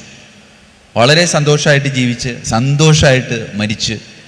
ഇത് മരണത്തിൻ്റെ സമയത്ത് പോലും അച്ഛനിങ്ങനെ പറയുമായിരുന്നു, എടാ എനിക്ക് അധികം നാൾ കിടക്കണ്ട, നടന്നു മരിക്കണം, പക്ഷെ ഒരു 3 ദിവസം കിടക്കണം, എന്നാലാണ് ആൾക്കാരൊക്കെ അറിഞ്ഞു വരുള്ളൂ എന്ന് പറയും. അത് കൃത്യമായിട്ട് തമ്പുരാൻ അറിഞ്ഞ് 3 ദിവസം കിടന്ന് അതുകൊണ്ട് മരിച്ചു. അപ്പം അച്ഛൻ പറയുന്ന ഒരു കാര്യമുണ്ട്. അച്ഛൻ ചെറിയൊരു കുടുംബ പ്രതിഷ്ഠാജപം ഞങ്ങൾക്ക് പറഞ്ഞു തന്നിട്ടുണ്ട്. വേറെ ഒന്നുമല്ല, ഈശോയുടെ മധുരമുള്ള തിരുഹൃദയമേ എൻ്റെ ഹൃദയം നിൻ്റെ ഹൃദയം പോലെ ആക്കണേ. അല്ലേ, പഴയ അമ്മമാർ പഠിപ്പിച്ചിട്ടുള്ള സുഹൃദേവമാണ്. അത് കുറച്ചും കൂടിയും ഭംഗിയായിട്ട് ഈശോയുടെ മാധുര്യമുള്ള തിരുഹൃദയമേ എൻ്റെ ഹൃദയം നിൻ്റെ ഹൃദയത്തിന് അതാണ് കറക്റ്റ്. എന്തിനാണ്? ഒത്തതാക്കണമേ എന്നാണ്. പ്രിയമുള്ളവരെ, ഈ കുടുംബ പ്രതിഷ്ഠാജപം കഴിയുമ്പോൾ കുറച്ച് ഇൻഗ്രീഡിയൻസ് നമ്മൾ വേറെ ചേർക്കും. അല്ലേ, എന്തൊക്കെയാണ്? ഈശോയുടെ തിരുഹൃദയമേ, അപ്പം നമ്മൾ എന്തു പറയും? ഞങ്ങളെ അനുഗ്രഹിക്കണേ. പിന്നെ എന്തു പറയും? അപ്പം നമ്മൾ എന്തു പറയും? പിന്നെ എന്തു പറയും? ഓക്കെ, നമ്മൾ എന്തു പറയും? അടുത്തതാരാണ്? ഓക്കെ, ആരാണത്? വേറെ എന്തോരം നല്ല വിശുദ്ധന്മാരുണ്ട്. അന്തോണി സൂണ്യാളൻ, ചൊക്ക നിൽക്കണേ. എന്തിനു സെബസ്ത്യാൻ സൂണ്യാളൻ, ഈ വർഗീസ് സൂണ്യാളൻ, യൂദാസ്ലീഹ, ഇതൊന്നും പറയാതെ ആ നേരത്ത് അടിക്കണം. എന്ത് മാർഗരിത്താൻ പറയുമേ നമ്മളെന്ത് പറയും? നമുക്ക് ആ സ്ഥാനത്ത് എന്ത് കിട്ടിയാലും ഔസപിതാവേ എന്ന് പറഞ്ഞാൽ അപ്പം തന്നെ പറയും. പൈല് കുടിച്ചേട്ടാന്ന് പറഞ്ഞാലും ഞങ്ങൾക്ക് അന്വേഷിക്കണേന്ന് പറയും. അത് ആ ഒരു ഈണം ഒരു താളമാണ്. അതെന്തു പറഞ്ഞാലും ശരി. മേരി ചേച്ചി ഞങ്ങൾക്ക് അന്വേഷിക്കണേ. എന്തിന് വിശാലാക്ഷി ചേച്ചി എന്ന് പറഞ്ഞാൽ നമ്മൾ ചിലപ്പോൾ നമ്മൾക്ക് അന്വേഷിക്കണേന്ന് പറയാം. കാരണം അത് ആ താളമാണ്, ആ ഈണമാണ്. പ്രിയമുള്ളവർ, ഇതാരാണ്? ആർക്കെങ്കിലും അറിയാമോ? കേട്ടിട്ടുണ്ട്, പറഞ്ഞോ. അതെ, ഈശോയുടെ തിരുഹൃദയത്തെ ഏറ്റവും കൂടുതൽ സ്നേഹിച്ചൊരു വിശുദ്ധയാണ്. വേറൊരു വാക്കിൽ പറഞ്ഞാൽ, അമ്മച്ചി പറഞ്ഞ കറക്റ്റ്. അമ്മച്ചിയുടെ പേരെന്താ? മോളി. മോളി എന്ന് പറയുമ്പോൾ സാധാരണ അല്ലേ, ഒരു 22 വയസ്സായ ചേച്ചിയുടെ അല്ലേ മോളി എന്നൊക്കെ പറഞ്ഞു. അത്രേ ഉള്ളൂ എന്ന് തോന്നണം. കണ്ട ലുക്കിൽ അത്രേ ഉള്ളൂ. ശരിക്കും അത്രയാണെന്നാവും. ഇപ്പം നമുക്ക് അല്ലേ ലുക്ക് കണ്ടിട്ട് പ്രായം പറയാൻ പറ്റൂല കേട്ടാ. അല്ലേ, ലുക്കൊക്കെ കണ്ട് നമ്മൾ മോളെന്ന് വിളിക്കുമ്പോൾ അച്ഛാ അമ്മൂമ്മയാണ് അച്ഛാന്ന് പറയും. സോറി അച്ഛാ. അതുകൊണ്ട് നമുക്ക് ലുക്കിൽ ഇപ്പം രക്ഷയില്ല എന്നുള്ള. മോളി ചേച്ചി പറഞ്ഞത് വളരെ കറക്റ്റാണ്. ഈശോയുടെ തിരുഹൃദയത്തോട് സ്നേഹമുണ്ടായിരുന്ന വ്യക്തി എന്നതിനേക്കാളും കുറച്ചുകൂടെ ഒന്ന് മാറ്റി പറയാണ്, ഈശോയോട് ഒരുപാട് സ്നേഹം ഉണ്ടായതുകൊണ്ട് ഈശോയുടെ ഹൃദയത്തെ ഈ വിശുദ്ധയുടെ മുമ്പിൽ തുറന്നു കാണിച്ചു എന്നുള്ളത്. അതാണ് ഈ ആ വിശുദ്ധയെ കണ്ടിട്ടുണ്ടോ? ഇതാണ് ആ വിശുദ്ധ മാർഗരീത്ത മറി. ജനിച്ചതെന്നാണെന്നറിയാമോ? വളരെ എളുപ്പത്തിൽ ഓർത്തിരിക്കാൻ വേണ്ടിയിട്ട് നിങ്ങളോട് പറഞ്ഞുതരാം. ഭാരതത്തിന് സ്വാതന്ത്ര്യം കിട്ടിയതെന്നാ 1947. ആ 9 തിരിച്ചിടാം. അപ്പം എത്രയായി? 1647. 1647 ജനിച്ച് 43 വയസ്സ് മാത്രം ജീവിച്ച ഒരു ഫ്രഞ്ച് വനിതയാണ് പിന്നീട് കന്യാസ്ത്രീയായി. ഈ കന്യാസ്ത്രീക്ക് ഒരു പ്രത്യേകതയുണ്ട്. ഫ്രീ ടൈം കിട്ടുമ്പോൾ കന്യാസ്ത്രീ പറയും, പള്ളിയിൽ വന്നിട്ട് പറയും, അച്ഛാ എനിക്ക് ആ ദിവ്യകാരുണ്യം ഒന്ന് എഴുന്നള്ളിച്ച് വെച്ച് വരുമെന്ന് ചോദിക്കും. ഫ്രീ ടൈം കിട്ടും വേണ്ട. അല്ലാത്ത സമയത്തൊക്കെ പ്രാർത്ഥനയും പരിത്യാഗമൊക്കെ ഇങ്ങനെ നടക്കണേണ്. പിന്നെ ആ പ്രാർത്ഥനയ്ക്ക് ഇല്ലാത്ത സമയത്ത് വികാരിച്ചിനെ ഒന്ന് ഡിസ്റ്റർബ് ചെയ്യാം. നമുക്ക് ഫ്രീ ടൈം കിട്ടുമ്പോൾ അമ്മ എന്ത് ചെയ്യും? അമ്മ ഉറങ്ങും. പിന്നെ ഇപ്പോൾ റീൽസ് ഉണ്ടല്ലോ, അതുകൊണ്ടിനെ കുഴപ്പമില്ല. അതിങ്ങനെ തേച്ച് എവിടം വരെ പോകുന്നു ഒരു പിടിയില്ല എന്നുള്ളതാണ്. ഇതിപ്പോൾ ഞാൻ വിചാരിക്കും നിങ്ങളെ കുറ്റം പറയാം. ഞാനും അതെ, ചില സമയത്ത് ഈ സാധനം എടുത്തിട്ട് വെക്കണം ദൈവമേ 1/2 മണിക്കൂർ കഴിഞ്ഞാൽ പെട്ടെന്ന് ആലോചിക്കണം. അതുകൊണ്ട് ഇപ്പോൾ ആ സാധനം എടുക്കണത് ഇപ്പോൾ രാത്രിയും രാവിലെ മാത്രമാക്കി ചുരുക്കിയൊക്കെയാണ്. വേറെ നിവൃത്തിയൊന്നുമില്ല എന്നിട്ടാണ്. പ്രിയമുള്ളവരെ, ഈ മാർഗരീത്ത മറിയം ഫ്രീ ടൈം കിട്ടുമ്പോഴൊക്കെ ദിവ്യകാരുണ്യം എഴുന്നള്ളിച്ചു വെക്കും. അതിൻ്റെ മുമ്പിലിരുന്ന് ഇങ്ങനെ പ്രാർത്ഥിക്കും. ഒരു ദിവസം പ്രാർത്ഥിച്ചുകൊണ്ടിരിക്കുമ്പോൾ ദിവ്യകാരുണ്യ അപ്പം ഉണ്ടല്ലോ, അപ്പത്തിൻ്റെ അവിടെ നിന്ന് ടോർച്ചടിക്കണ പോലെ ഒരു വെട്ടം ഇങ്ങനെ പുറത്തേക്ക് വന്നു. അതിങ്ങനെ ഒരു ആളിൻ്റെ രൂപത്തിലേക്ക് മാറിക്കഴിഞ്ഞപ്പോൾ മാർഗരീത്ത മറിയത്തിന് മനസ്സിലായി, വെറുതെ ആളല്ല, ഈശോയുടെ മുഖത്തിന് കാണാനൊരു ഭംഗിയില്ല. ഭംഗി മുഴുവനും വെട്ടം മുഴുവനും ഈശോയുടെ ഹൃദയത്തിലാണ്. ഇത് കണ്ട, മുഖം അത്ര ഗ്രേസ്ഫുള്ളല്ല, പക്ഷെ വെട്ടം മുഴുവനും ഇവിടെയാണ്. എന്നിട്ട് ഈ മാർഗരീത്ത മറിയത്തോട് ഈശോ ഒരു കാര്യം പറഞ്ഞ കാര്യം ഇങ്ങനെയാണ്: മനുഷ്യ മക്കളെ ഇത്രമാത്രം സ്നേഹിച്ചിട്ടും ഒരൽപ്പം പോലും പ്രതിസ്നേഹം ലഭിക്കാതെ അനേകരിൽ നിന്ന് നിന്ദനം മാത്രം ഏറ്റുവാങ്ങുന്ന വേദനിക്കുന്ന എൻ്റെ ഹൃദയത്തെ കണ്ടാൽ. പ്രിയമുള്ളവർ, 1-2 ചോദ്യങ്ങൾ ഞാൻ നിങ്ങളോട് ചോദിക്കാം. വെറുതെ കൈയും കാലും പൊക്കി ഉത്തരം പറയാവുന്ന ചോദ്യങ്ങളാണ് എൻ്റെ ചോദ്യങ്ങൾ. അതുകൊണ്ട് എൻ്റെ ചോദ്യത്തിന് തെറ്റുത്തരം പറയാൻ ഒരാൾക്കും പറ്റില്ല എന്നുള്ള അങ്ങനെ ഒരു പ്രത്യേകത കൂടിയുണ്ട് എൻ്റെ ചോദ്യത്തിന്. പ്രിയമുള്ളവരെ, വീട്ടിൽ നിന്ന് പുറത്തേക്ക് ഇറങ്ങുമ്പോൾ ഈശോയുടെ തിരുഹൃദയത്തിൻ്റെ മുമ്പിൽ വന്ന് പ്രാർത്ഥിക്കുന്നവരുണ്ടെങ്കിൽ ഒന്ന് കൈവോക്കേ, താഴ്ത്തിക്കോ. തിരിച്ചു ചെല്ലുമ്പോൾ ഈശോയുടെ തിരുഹൃദയത്തിൻ്റെ മുമ്പിൽ പോകുന്നവരൊന്ന് കൈവോക്കേ. കണ്ട, വെറും 5% കുറഞ്ഞു. അതെന്തുകൊണ്ടാണ്? വളരെ സിമ്പിളായിട്ട് പറഞ്ഞാൽ അമ്മ പഠിപ്പിച്ചിട്ടില്ല, അല്ലേ? അല്ല, ഇത് അമ്മ പഠിപ്പിച്ച കാര്യമല്ലേ? എൻ്റെ അമ്മയും എന്നോട് പറഞ്ഞിട്ടില്ല തിരിച്ചു വരുമ്പോൾ ഇതിൻ്റെ മുമ്പിൽ വരണം, തിരിച്ചു വരുമ്പോൾ അതിൻ്റെ മുമ്പിൽ വരണം എന്ന് അമ്മ നിർബന്ധിക്കാതിരിക്കാനുള്ള കാരണം ഈ പ്രാർത്ഥനയുടെ ഒരു പശ്ചാത്തലം. പ്രിയമുള്ളവരെ, നമ്മൾ ഈശോയുടെ തിരുഹൃദയത്തിൻ്റെ മുമ്പിൽ വന്ന് പലതുമൊക്കെ പറഞ്ഞിട്ട് പോകും. പക്ഷേ ഈശോ ഒറ്റ കാര്യം മാത്രം നമ്മളോട് പറഞ്ഞു, മോളെ നീ എവിടെ വേണമെങ്കിലും പൊക്കോ, എനിക്കതിനകത്തൊരു വിഷയമില്ല. പക്ഷേ ഒറ്റ കാര്യം ഞാൻ നിന്നോട് ചോദിക്കുന്നു, നീ പോകുന്നതിന് മുമ്പേ എൻ്റെ മുറിവൊന്ന് കാണാം, അല്ലേ? ഈശോയുടെ മുറിവൊന്ന് കാണും. ഈശോയുടെ ഈ മുറിവിൽ നിന്ന് ഇങ്ങനെ ചോര താഴേക്ക് വീഴുന്നുണ്ട്. 3 തുള്ളി ഉള്ളോട്ടാ, അല്ലേ? 3 ചെറിയൊരു തുള്ളിയും കൂടി ചിലപ്പോൾ ഉണ്ടാവും നമ്മുടെ തിരുഹൃദയത്തിൻ്റെ. അപ്പോൾ 3-4 തുള്ളി ചോര വീഴുന്ന ചെറിയൊരു മുറിവുള്ളൊരു ഹൃദയമാണ് ഇത്. നീ കണ്ടിട്ട് പൊക്കോ. ദേ പുറത്തു പോയി നിൻ്റെ പ്രവൃത്തി, നിൻ്റെ ചില വാക്കുകൾ, നിൻ്റെ ചില നോട്ടങ്ങൾ, അത് എൻ്റെ ഈ മുറിവിന് വലിപ്പം കൂട്ടരുത്. പൊക്കോ, തിരിച്ചു വരുമ്പോൾ ഒന്ന് കാണണോട്ടാ എന്ന് പറഞ്ഞുകൊണ്ടാണ് ഇറക്കി വിടുന്നത്. എങ്ങനെ തിരിച്ചു വരുമ്പോൾ കാണാനാണ്? അമ്മാതിരി ഡയലോഗും അമ്മാതിരി പെരുമാറ്റവും നമ്മൾ പുറത്ത് നടത്തിയേക്കണം. അതുകൊണ്ട് ചിലരൊക്കെ അടുക്കളയിൽ കൂടി വരും, ഇല്ലേ? അങ്ങനെയാണത്. എന്താണ് അത്? ഉമ്മറത്തെ കൂടി പോകാനിച്ചിട്ട് പാടാം. പ്രിയമുള്ളവരെ, ഇത് നമ്മളുടെ ജീവിതത്തെ നമ്മൾ പാലിക്കണം. നമ്മളുടെ മക്കളെ നമ്മളിത് പഠിപ്പിക്കണം. വീട്ടിൽ നിന്ന് ഇറങ്ങി പോകുമ്പോൾ മാത്രമല്ല, തിരിച്ചു വരുമ്പോൾ ഈശോയുടെ തിരുഹൃദയത്തിൻ്റെ മുമ്പിൽ വന്നിട്ട് ഈശോയെ എൻ്റെ വീട്ടിലുള്ള ഒരു ജീവിക്കുന്ന അപ്പനായിട്ട് കാണാൻ പറ്റും. വ്യത്യാസമുണ്ട്. ഈശോയെ ജീവിക്കുന്ന എൻ്റെ അപ്പനായിട്ട് കാണാൻ പറ്റും. ഞാൻ എൻ്റെ പൗരോഹിത്യ സ്വീകരണത്തിൻ്റെ സമയത്ത് എൻ്റെ പള്ളിയിലെ ഗോതിരത്ത് പള്ളിയിൽ വികാരിച്ചനായിരുന്നു ഡൊമിനിക് ചൊറയത്തച്ഛൻ. ഒരു പക്ഷേ നിങ്ങൾ കേട്ടിട്ടുണ്ടാവും. കേട്ടിട്ടില്ലെങ്കിൽ ആളെക്കുറിച്ചൊന്ന് കേൾക്കണത് നല്ലതാണ്. കോട്ടപ്പുറം രൂപതയിലെ വളരെ പ്രസിദ്ധമായ ചെട്ടിക്കാട് പള്ളി, ആ പള്ളി ആക്കിയതിൻ്റെ പിന്നിലെ ഒരു വ്യക്തിത്വം എന്ന് പറയുന്നത് ഈ ഡൊമിനിക് അച്ഛനാണ്. 23 വർഷമാണ് ആ പള്ളിയിലിരുന്നത്. അച്ഛൻ ആ പള്ളിയിൽ ചെല്ലുമ്പോൾ ഒരു ഓലപ്പരയായിരുന്നു, ഒരു ഷെഡ്. ആളുകളൊന്നും പള്ളിയിലേക്കൊന്നും വരാനായിട്ട് ഒരു സാധ്യതയില്ല. ചുറ്റുപാടുമൊക്കെ വെള്ളക്കെട്ടായിരുന്നു. വഞ്ചിക്കൊക്കെ ആരെങ്കിലുമൊക്കെ പള്ളിയിൽ വന്ന് അങ്ങനെ വളരെ പരിതാപകരമായിട്ടുള്ളൊരവസ്ഥയിലായിരിക്കുമ്പോൾ ആ അച്ഛനാണ് 23 വർഷം അവിടെ ഇരുന്നിട്ട് ലോകത്തിൻ്റെ വിവിധ ഭാഗങ്ങളിലുള്ള ഒരുപാട് വിശ്വാസികളെ ആ ദൈവാലയത്തിലേക്ക് കൊണ്ടുവരാനായിട്ട് സാധിച്ചത്. പ്രിയമുള്ളവരെ, നമ്മളൊക്കെ ഒരു കാര്യം ശ്രദ്ധിക്കുന്നുണ്ട്. നമ്മളൊരു പരിപാടിയൊക്കെ വെക്കുമ്പോൾ ആളുകൾക്ക് വന്നെത്താൻ സൗകര്യപ്രദമായ രീതിയിലാണ് നമ്മൾ പരിപാടി വെക്കുള്ളൂ, ഇല്ലേ? ഇപ്പോൾ ഒരു കല്യാണം നടത്തും, ഒരു ഹോള് നോക്കുമ്പോൾ പാർക്കിംഗ് ഏരിയ ഒക്കെ നോക്കും, അതൊക്കെ ചെയ്യാറ്. പക്ഷേ ഈ അച്ഛൻ അതിനൊക്കെ ഒരു വിരോധാഭാസമായിരുന്നു. എത്തിപ്പെടാൻ വളരെ ബുദ്ധിമുട്ടുള്ള സ്ഥലത്ത് വളരെ ആത്മാർത്ഥമായിട്ട് ഈ വിശുദ്ധ അന്തോണീസിനെ പറ്റി വാദോരാതെ പറഞ്ഞ് ഇപ്പോൾ ലക്ഷക്കണക്കിന് ആളുകളാണ് ഓരോ ആഴ്ചകളിലും അവിടെ വന്നു പോകുന്നതെന്നുള്ളതാണ്. ഈ ഡൊമിനിക് അച്ഛൻ എന്നെ ഈ പൗരോഹിത്യ സ്വീകരണത്തിന് വളരെയധികം വഴി നടത്തുകയും അതിനുശേഷം ഞാൻ ആദ്യമായിട്ട് കൊച്ചച്ഛനായി പറൂർ ഡോൺ ബോസ്കോ ദേവാലയത്തിലിരിക്കുമ്പോൾ കുറച്ച് കഴിഞ്ഞപ്പോൾ അച്ഛൻ അവിടേക്ക് വന്നു.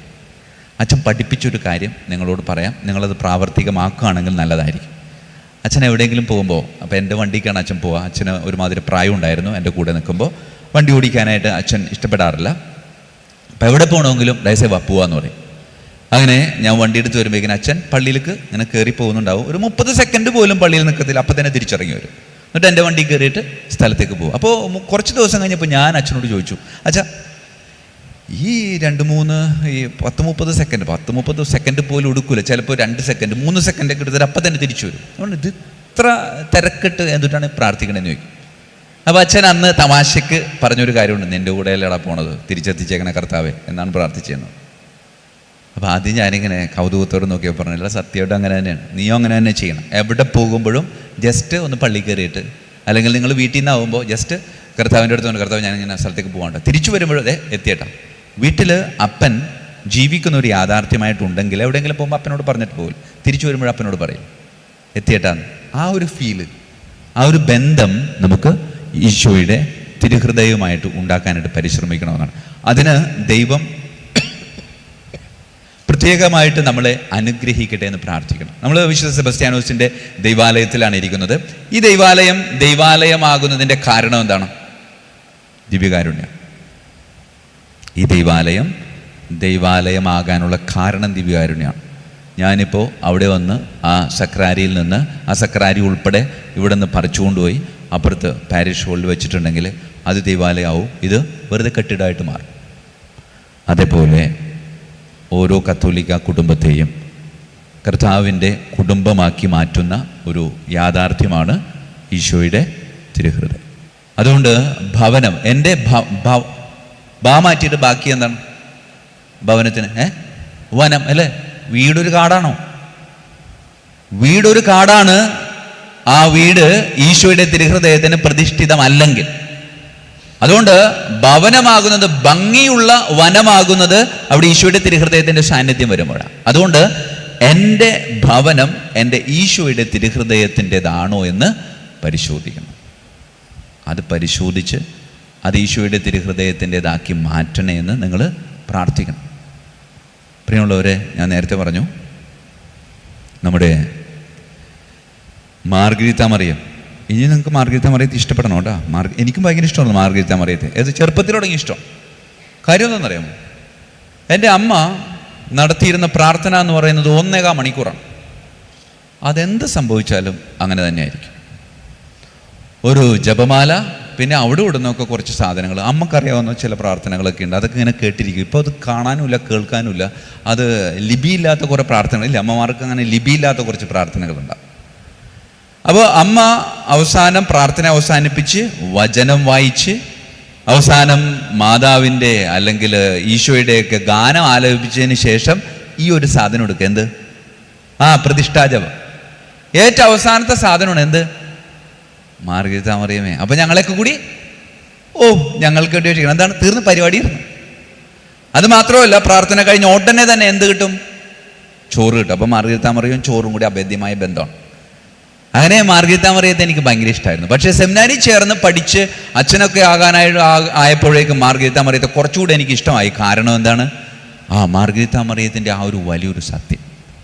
അതുകൊണ്ട് പ്രിയമുള്ളവരെ, നമ്മൾ ഭവനത്തിലായിരിക്കുമ്പോൾ നിങ്ങൾ സന്തോഷിക്കേണ്ട ഒരു കാര്യം എന്ന് പറയുന്നത്, എൻ്റെ വീട് അത് ഈശോയുടെ, എൻ്റെ വീട് ഈശോയുടെ അല്ലാതെ ആകുമ്പോൾ അത് കാടായിട്ട് മാറും. അതുകൊണ്ട് എൻ്റെ വീട് ഭംഗിയുള്ള ഒരു ആലയമാക്കി മാറ്റാൻ വേണ്ടി എന്നും എൻ്റെ കൂടെ എൻ്റെ ഈശോയുടെ തിരുഹൃദയം ഉണ്ടാവും. അതുകൊണ്ട് ഈശോയുടെ തിരുഹൃദയത്തിൻ്റെ മുമ്പിൽ എവിടെയെങ്കിലും ഇറങ്ങിപ്പോകുമ്പോൾ മാത്രം പോയാൽ പോരാ, തിരിച്ചു വരുമ്പോഴും വരണം. വന്നിട്ട് വെറുതെ, ഇപ്പോൾ വീട്ടിൽ ഭർത്താവ് ഉണ്ടെങ്കിൽ ഭർത്താവിനോട് പറയില്ലേ, എത്തിയിട്ടോ, അത്ര മതി. ഈശോയുടെ മുമ്പിൽ വന്ന് ഇന്നു മുതൽ നിങ്ങൾ ശീലിച്ചു തുടങ്ങിക്കോ. ഈശോയുടെ മുമ്പിൽ വന്നിട്ട്, ഈശോ എത്തിയിട്ടാണ്. അപ്പോൾ ഈശോ ചോദിക്കും, പോയിട്ട് അത്ര നല്ല ജീവിതം അല്ലാട്ടോ ജീവിച്ചത്, കുഴപ്പമില്ല, അത് കേട്ടോ. കാരണം പുള്ളിക്കാരനെ എല്ലാവരും അറിയാമല്ല, ഏറ്റവും സെറ്റ് കാര്യങ്ങൾ പുള്ളിക്ക് അറിയാം, ഒന്നും മറച്ചു വെച്ചിട്ട് കാര്യമില്ല. അതുകൊണ്ട് മാതിരി ചോദ്യങ്ങൾ പുള്ളി നമ്മളോട് ചോദിക്കും. പക്ഷെ അത് കുഴപ്പമില്ല, അടുത്ത പ്രാവശ്യം കുറച്ചേക്കാം. അങ്ങനെ ഓരോ പ്രാവശ്യവും കുറച്ച് ഒരു സുപ്രഭാതത്തിൽ നമ്മളെല്ലാം മാറ്റി വെക്കുന്ന ഒരിക്കലും വിചാരിക്കേണ്ട. ഓരോ പ്രാവശ്യവും കുറച്ച് കഴിയുമ്പോൾ പൂർണ്ണമായിട്ടും നമുക്ക് ഇതിൽ നിന്ന് മാറി നിൽക്കാനായിട്ട് സാധിക്കും. അതിന് നമുക്ക് പ്രത്യേകമായിട്ട് പരിശ്രമിക്കാം. പ്രിയമുള്ളവരെ, ഈ എൻ്റെ മുമ്പിൽ അമ്മമാരിങ്ങനെ നിൽക്കുമ്പോൾ, ഞാനിപ്പോൾ കുറച്ച് നാളായിട്ട് അമ്മമാരുടെ അടുക്കൽ ചെന്ന് നിൽക്കുമ്പോൾ എനിക്ക് ഇച്ചിരി സന്തോഷം. അതിന് മുമ്പ് സന്തോഷം ഉണ്ടായിരുന്നില്ലെന്നല്ല, കാരണം എനിക്ക് എൻ്റെ അമ്മ നഷ്ടപ്പെട്ടിട്ട്, ഞാൻ നേരത്തെ പറഞ്ഞു, കഴിഞ്ഞ ഈസ്റ്ററിൻ്റെ തലേദിവസം ശനിയാഴ്ചയാണ് എൻ്റെ അമ്മ മരിച്ചത്. പ്രിയമുള്ളവരെ, അന്ന് ഒരു സ്ഥലത്തും ഈ കുർബാനക്ക് കൊടുക്കുന്ന പരിപാടിയില്ല, കുർബാനയില്ലാത്ത ദിവസമാണ് അന്ന് അമ്മ മരിച്ചു. പക്ഷേ ആശുപത്രി കിടന്നാണ് മരിച്ചത്. ചെറിയൊരു നെഞ്ചുവേന ഒന്ന് ആശുപത്രി കൊണ്ടായതാണ്. മരിക്കാവുന്ന ഒരു രോഗമൊന്നും ആയിരുന്നില്ല, പക്ഷെ മരിച്ചു. അപ്പം ഞാൻ വിചാരിച്ചു, അമ്മ മരിച്ചു കഴിഞ്ഞാൽ കുഴപ്പമാണല്ലോ. അപ്പോൾ പിറ്റേ ദിവസം ഈസ്റ്ററാണ്. ഞാൻ അരിപ്പാലം പള്ളിയിൽ വന്നിട്ട് എൻ്റെ ആദ്യത്തെ ഈസ്റ്ററാണ്. ഞാൻ ഫെബ്രുവരി 12-ാം തീയതി വന്നു. മാർച്ച് 31-ാം തീയതിയാണ് ഈസ്റ്റർ. ആദ്യത്തെ ഈസ്റ്റർ തന്നെ ദൈവമേ ചോളാവോ എന്നൊരു ഒരു സന്ദേഹം എൻ്റെ ഉള്ളിൽ വന്നു. പിതാവ് എന്നോട് ചോദിച്ചു, വേറെ ആരെങ്കിലും ഏൽപ്പിക്കണോ? അപ്പോൾ പറഞ്ഞു, ഇല്ല പിതാവേ, നോക്കട്ടെ എന്ന് പറഞ്ഞു. പ്രിയമുള്ളവരെ, അമ്മ മരിച്ചു കിടന്ന് ഞാൻ അമ്മയുടെ ശരീരം മോർച്ചറി കൊണ്ടുവച്ചു. വെച്ചിട്ട് ചേട്ടന്മാരോടൊക്കെ പറഞ്ഞു, ഈസ്റ്റർ കഴിഞ്ഞിട്ട് നമുക്ക് ആലോചിക്കാം എന്താണെന്ന് വെച്ചാൽ, ഇപ്പോൾ ഒന്നും ചെയ്യേണ്ടതാണ്. എന്നെ മോർച്ചറിയിൽ വെച്ചു. ഞാൻ ഈസ്റ്ററിന് വേണ്ടിയിട്ട് കുർബാന അർപ്പിക്കാൻ പള്ളിയിൽ വന്നു. എൻ്റെ ഇടവപ്പള്ളിയിലെ 1-2 പേർക്കറിയാം. അവരോട് ഞാൻ പറഞ്ഞു പുറത്ത് പറയണ്ട, കാരണം പറഞ്ഞു കഴിയുമ്പോൾ അതിൻ്റെ ഒരു ആഘോഷത്തിൻ്റെ ഒരു പൊലിമ നഷ്ടപ്പെടും. അപ്പോൾ ഞാൻ എൻ്റെ അമ്മനോട് പറയണ്ടേ, ദൈവമേ കുർബാന ചൊല്ലി കൊളാക്കരുത്, അത് എൻ്റെ കൂടെ എപ്പോഴും ഉണ്ടായേക്കണം.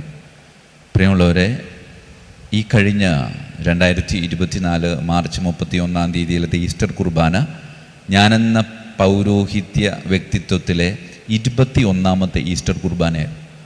പ്രിയമുള്ളവരെ, എൻ്റെ ജീവിതത്തിൽ അങ്ങനെ ഒരു കുർബാന ചൊല്ലിയിട്ട് എൻ്റെ അമ്മ മരിച്ചു എന്ന് ഞാൻ വിശ്വസിക്കുമ്പോഴും മരണത്തെ തോൽപ്പിച്ച എൻ്റെ രക്ഷകനായ ക്രിസ്തുവിൻ്റെ ഉത്ഥാന തിരുനാൾ ആഘോഷിക്കുമ്പോൾ അമ്മ എൻ്റെ കൂടെ ഇരുന്നുകൊണ്ട് ബലി അർപ്പിക്കുന്നൊരു ഫീലായിരുന്നു.